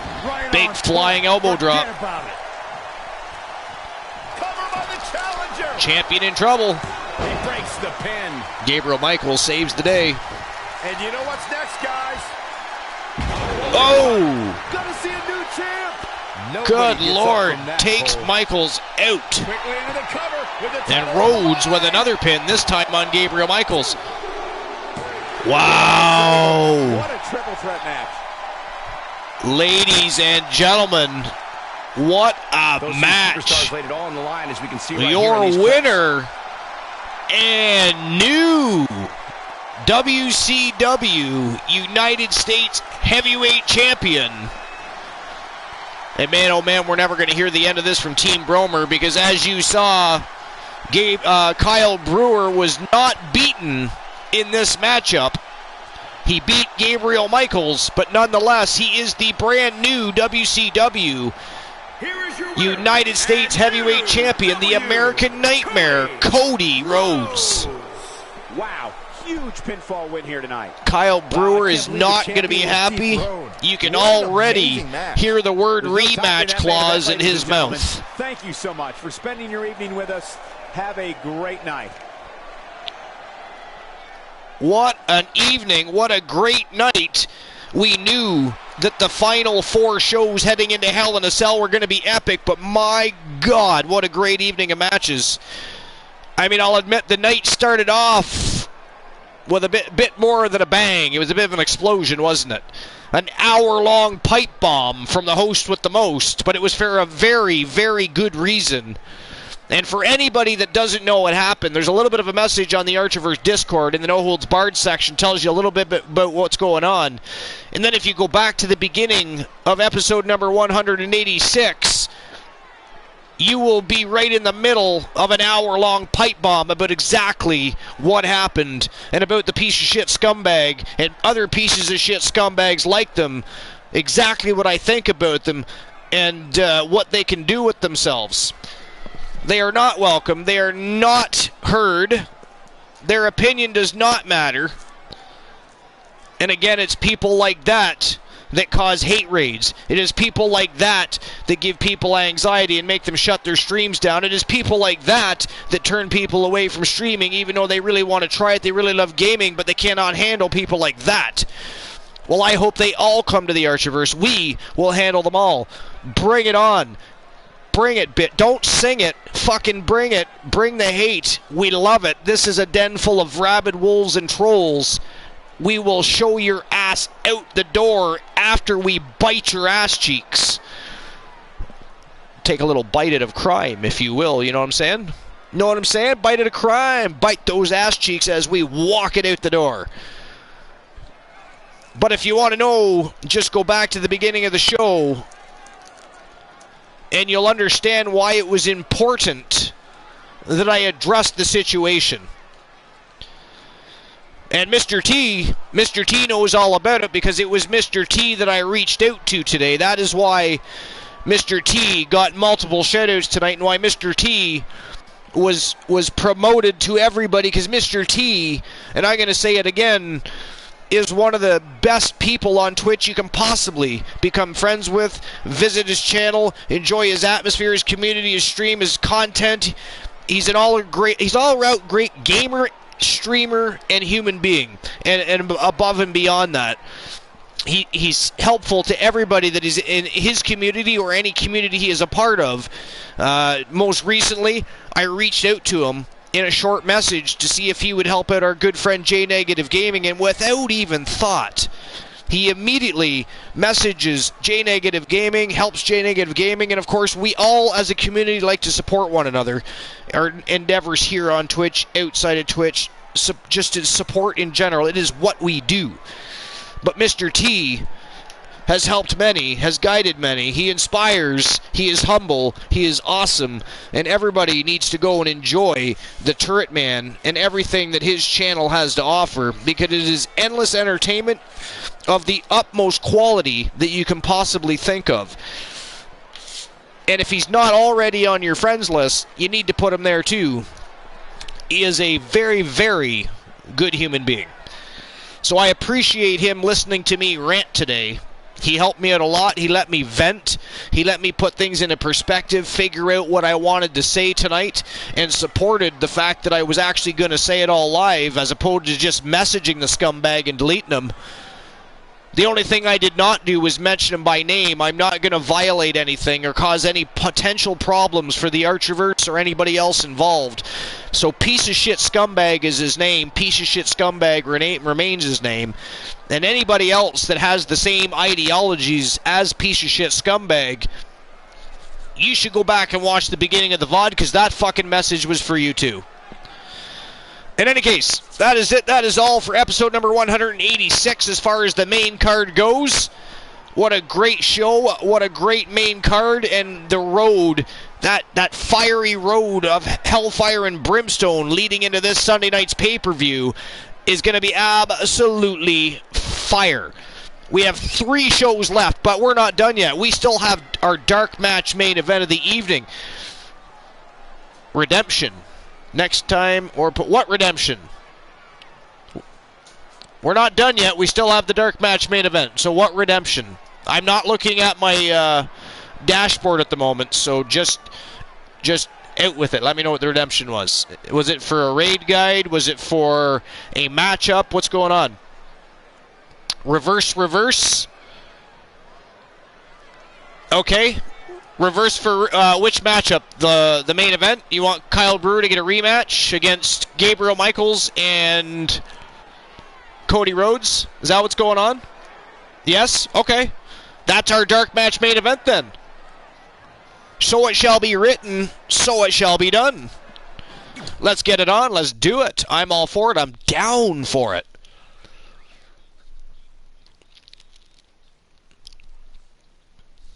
You are welcome at Distinct Cone. And there we have it. Tomorrow night show, Twitch Evolution. It is our break from the regular season. It is additional competition for just streamers and just viewers. A night where your favorite streamers and viewers of those streamers get together and beat the shit out of each other. Now, after tomorrow night, it is going to become a bi-weekly show. It'll only happen once every 2 weeks. I need a little extra time for rest and recuperation. Now that I'm back to work, I'm not working any one schedule. I'm going to be working multiple schedules, which means sometimes I'll be afternoon, sometimes I'll be morning, so I'm going to need a little extra rest here and there. Therefore, something has to give.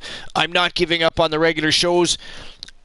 They are what make the Archiverse what it is. Twitch Evolution is simply an addition, and although it's a lot of fun and we love it, I'm moving it to a bi-weekly show. It's only going to happen every 2 weeks. It'll make the prestige of that event that much more fun. It'll make those titles that much more prestigious as well, because they can only be fought for every 2 weeks. The titles in the regular season are already prestigious because they are week in, week out, cycling through shows, pay-per-views. They already have a level of prestige. We're still building the prestige for Twitch Evolution. So making it a bi-weekly show and having champions hanging onto those titles just a little bit longer, and the animosity and the tensions growing just a little bit longer between each show, it's going to be fire. You'll see, don't worry, it's going to be a good time. But tomorrow night, Twitch Evolution, it's actually going to be at about 11 p.m. Eastern Standard Time, just because I work a little later. I'm not done till 10 p.m. tomorrow night. And I'm not coming home and streaming immediately. That doesn't work for me. That does not work for me. You guys need the host with the most at his absolute best. So I need time to come home, wind down, have a beverage, hang out with my daughter for a bit before she passes out on me, chill with my pup. The wife will be sleeping already by then. At least I assume.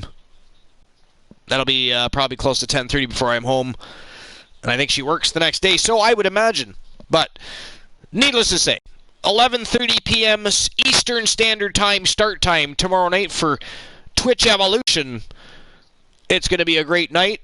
We're going to watch streamers and viewers beat the shit out of each other. It's my break from commentating and play-by-play. I get to hang out with you guys as a fan and enjoy those matches, so I can just talk with you guys all night long.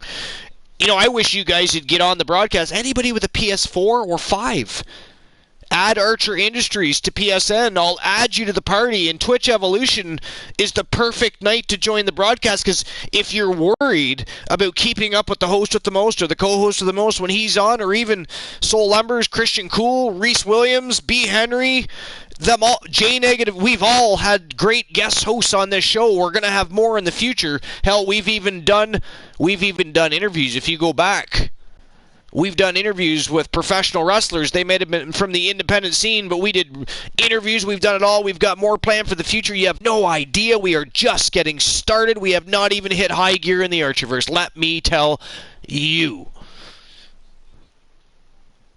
But Twitch Evolution You don't have to worry about keeping up. All you have to worry about is talking, having a good time, enjoying the matches. You'll be conversing with me. We will not be doing play-by-play and commentary. We'll be just enjoying the company, the atmosphere, and the matches, and watching all the streamers and viewers pummel the crap out of each other all night long over championship gold. I'm so tired of staring at Monkey Prime. Let's change screens. Fair enough. Let's get Monkey Prime off of there.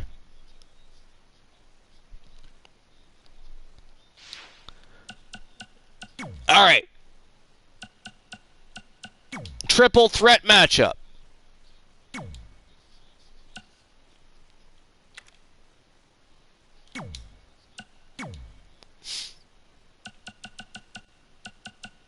It is a WCW Nitro Dark match. We're going to have Zombie Master tossing on his stripes and getting in that ring.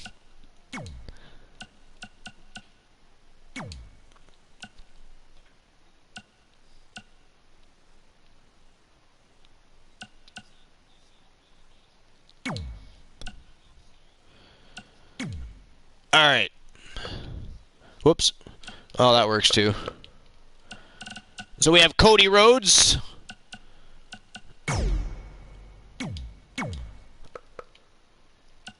We have Team Spice FE's Gabriel Michaels.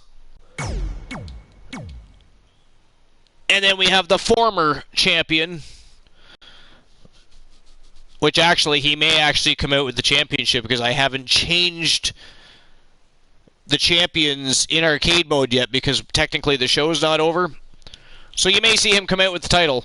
Disregard that. Cody Rhodes, the reigning, defending United States Heavyweight Champion.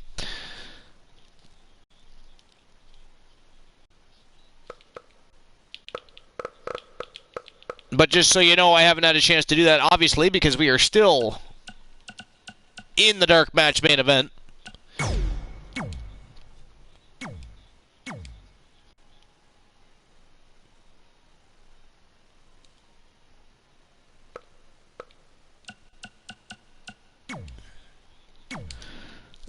Reverse, redeemed, and fulfilled. It is a rematch from the main event of episode number 186. It is for the WCW United States Championship. Triple threat action. Cody Rhodes, the American Nightmare. Spice FE's Gabriel Michaels, the Showstopper. And Team Bromer's Kyle Brewer, the Wanderer. It is just about go time for the dark match main event. And then we'll see each other tomorrow night, 11 p.m. Eastern Standard Time for Twitch Evolution, where we sit back, chilling out, maxing, relaxing, all cool, watching some Bromers call Christian Cool a fool.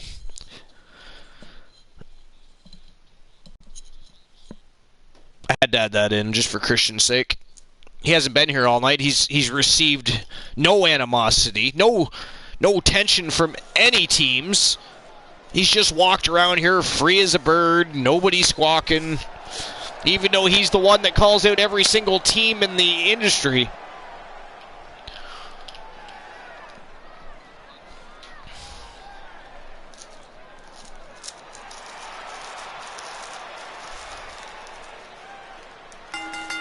The following contest is a triple threat match. Triple threat match. And by the way, is anybody guiding the raid tonight? I haven't been paying attention. Did anybody actually redeem guide the raid? Or will we be choosing a destination of our own? Of our own. Showstopper Michaels. You see no redeems? Is there anybody You're right, Michael. And judging that from the has response a on destination social in media mind? Heading into this match, we're likely to see a new champ crowned here tonight.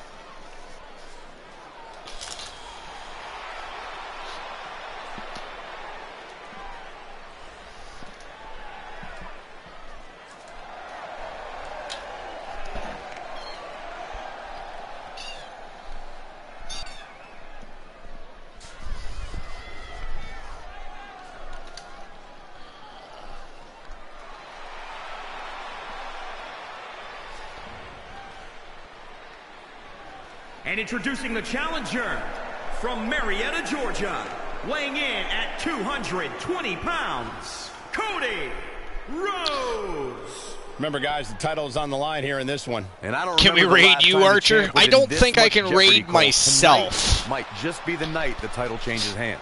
I am just going to be a few moments, so I'm just going to grab myself a quick beverage. I will BRB, and much like he did with, it was Disciple of Darkness, wasn't it? It was somebody that said BRB, and you guys went on a rant about different things that BRB could mean. Dropping my own BRB this time. A little bit thirsty, am I?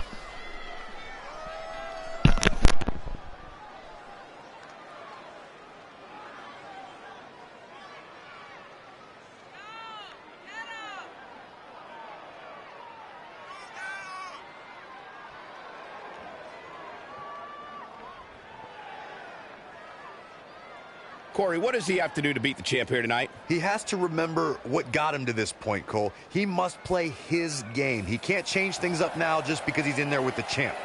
Put it this way, you wouldn't swing lefty in practice if you're going to hit righty during the game.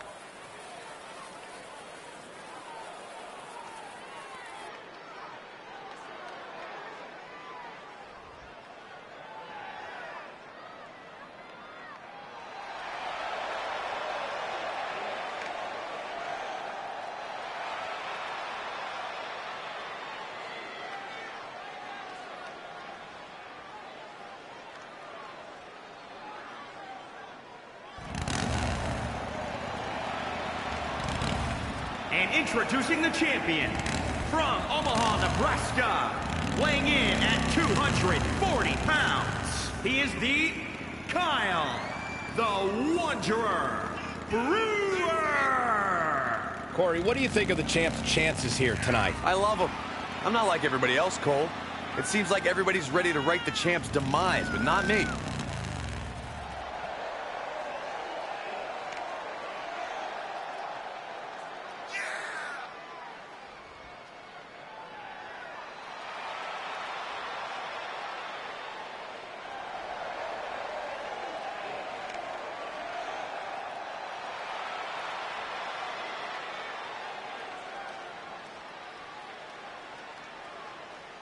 Guys, there was a lot of buzz backstage earlier today about how this might just be his last night as champion. Who's saying that, Cole? You show me one person who said that, and I'll show you somebody who doesn't know the first thing about sports entertainment.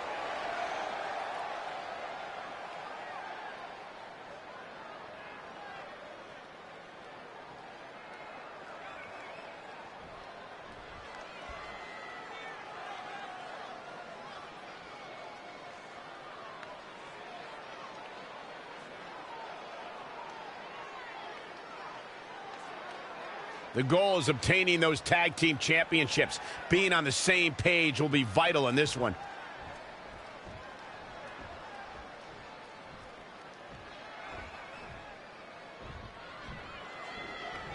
This is it, guys. We're ready to get this match going. You know, I can't remember the last time I was this excited for a championship match. And here we go. Oh, look into the armbar.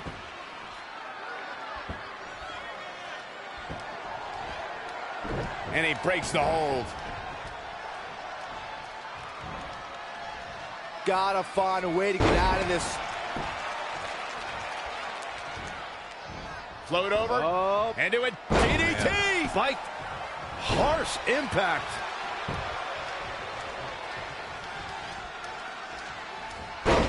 Oh, man.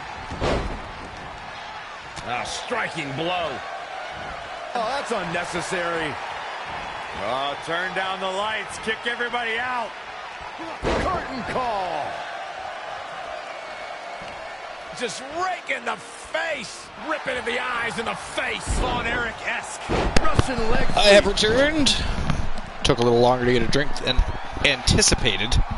Drop kick. Great athleticism. Elbow drop. It's a rogue-like game, and I struggle to get into a lot of them. I know it's got a following, but waiting on that one. it's nothing that's caught my interest. Very What game is that? I missed that. At this point. That's too early for that. Hodges 23. This is not where you want to be. It's not the graphics, it's a filter. This is the arcade mode. It's our dark match, so it's not part of the universe mode, so they have a filter on the screen. They're trying to make it look like it's 1998. He's bringing it back inside the ring now. Oh, hip drop. Slay the Spire? I don't think I've heard that game. Plenty of fight left. Yeah, this is way too early to be going for the win. Look at this. Oh my goodness. Well, I disagree, Hodges. I don't think it is crap compared to 17, 18, 19. I think it's a lot better, and I think everybody in the chat would agree. Russian leg sweep. So we'll just agree to disagree on that. So either enjoy the show, or if it bothers you that much. He unloaded there. Saw that one coming.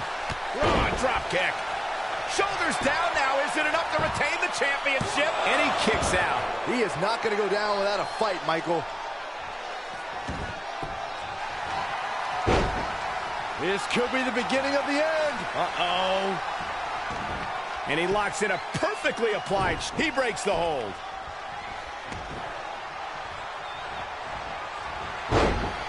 Too quick to catch him there. Well, so far, DC Kyle Brewer is doing a little better than the last match. Dangerous situation here, guys. It was an idea of someone to raid. Oh, shoulder first. And the ring just Oh, I shifted. wasn't offended. Things like that don't bother me. People either enjoy or they don't enjoy. Don't take any offense to it. We just tell you like it is in this channel. Don't take any offense. We're not offended. We just speak our minds around here. It's what we do. It's how we keep things real.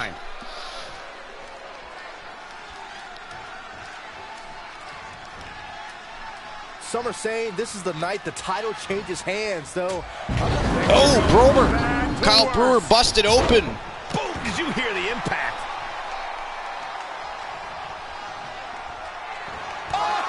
Oh, super kick. That was unreal. That's gotta be it. 2, 3, it's over. No, it's not. Wow, I am impressed. Man, Gabriel Michaels all over both Brewer and Cody Rhodes. Oh, on the apron, lifting it up into the ring. Bam! Suplex. Well, without all the updates and patches, Hodges, it was pretty unplayable. There's also a lot of... Wow, he got out. You have to find what you can and cannot do inside the game Champion into the cover. so that you don't make it angry. Dogface, how you doing? Seem to be just testing Appreciate the you stopping waters by. a How bit you there. doing? What's going on? What's new and exciting? Reverses. Can somebody shout out Dogface for me, please? That way everybody can hop over and smash his follow button if you're not already following Dogface. Dogface himself has a wrestling show. He's got a great community. It's a great time over there. Some good entertainment, great matches going on. They have an interactive universe of their own. People get characters created and put into his shows, much the same way we do. Up handle applied. You'll most certainly have a good time. And his shows are during the daytime as well, by the way. So what you lack from the Archerverse not showing up until the evening, you can make up for by stopping by Dogface and watching all the action in the doghouse. Lariat.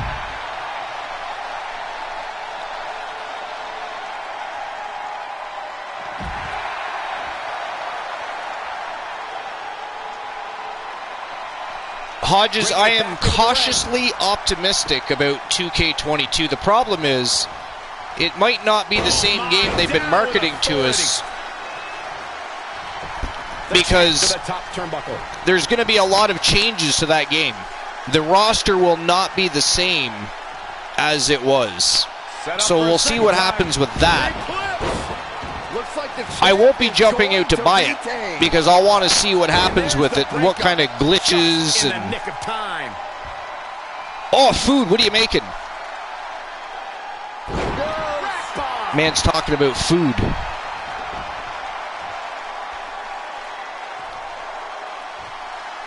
Pasta.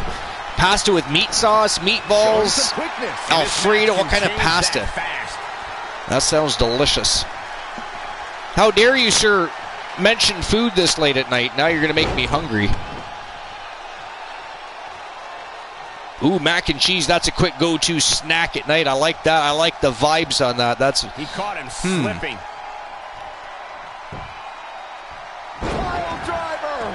Sounds tasty. 7:20 for you. Look at this. It's He's in trouble. let's see. 2:20 in the morning here. Oh, another super kick. This time to Brewer. New champion. No, that was so close. He needs to change something fast, Dogface guys. says 6:20 a.m. on his end. Dogface, I assume you're in the UK, right? Pile driver. Spiked him. It'll destroy your face. Then I think it's around 7 something for Distinct Cone. She's in Denmark.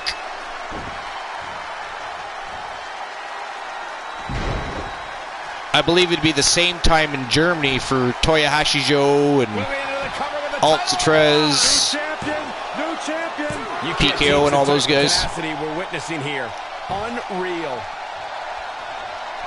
Anyways, do we have a destination? Do we have somebody we're rating? Could be the beginning of the end. Uh-oh. Can they get the grip locked in? Oh, what timing. That might have been it. Oh, my God. Snap We do? there. Cool redeemed raid. Excellent. I'll go back and look. Hold on. He's got him set up here. Look at the suplex. No. Oh, hip drop. Okerlund TV. Oh, man. Right to the arm. Hyperextend your elbow.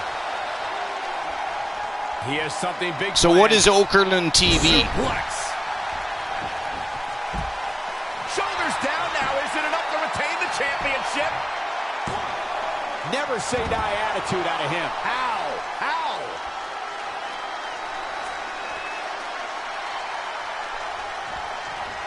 He's not looking so hot here, guys. And momentum is certainly not on his side right now. He's a nice streamer playing Octopath Traveler. Okay.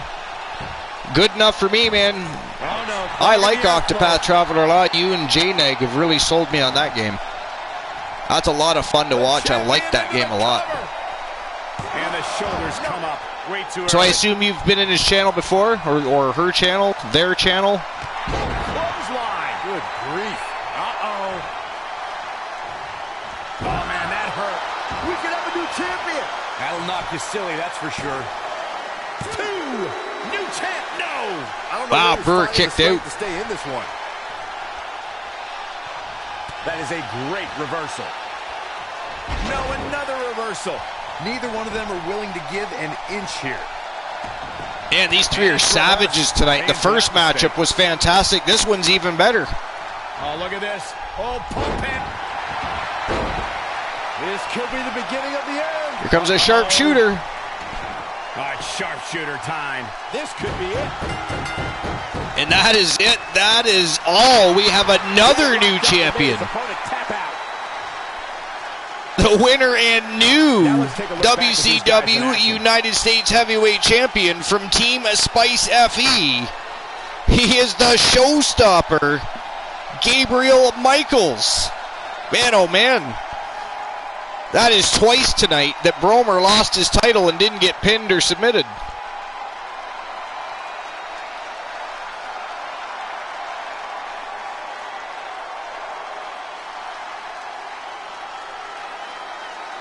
Wow.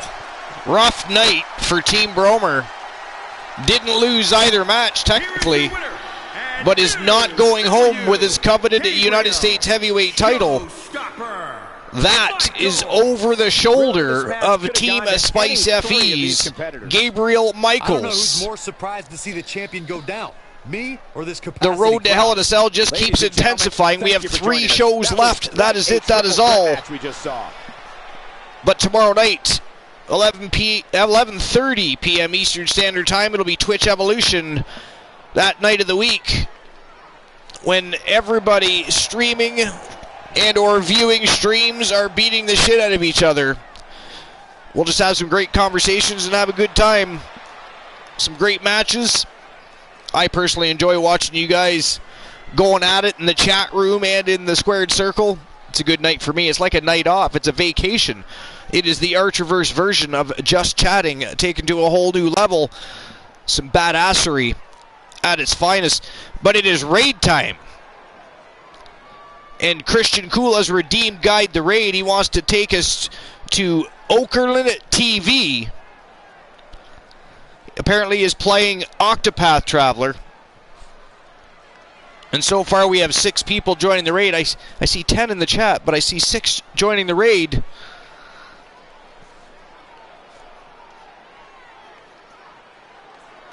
But either way, appreciate everybody that was here all night long.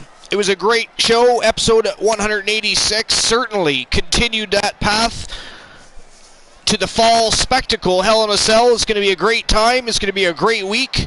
We've got some great shows planned, and I appreciate each and every one of you for being here each and every show. Peace out. We'll talk tomorrow night on Twitch Evolution. But now it's time to go see Okerlund TV.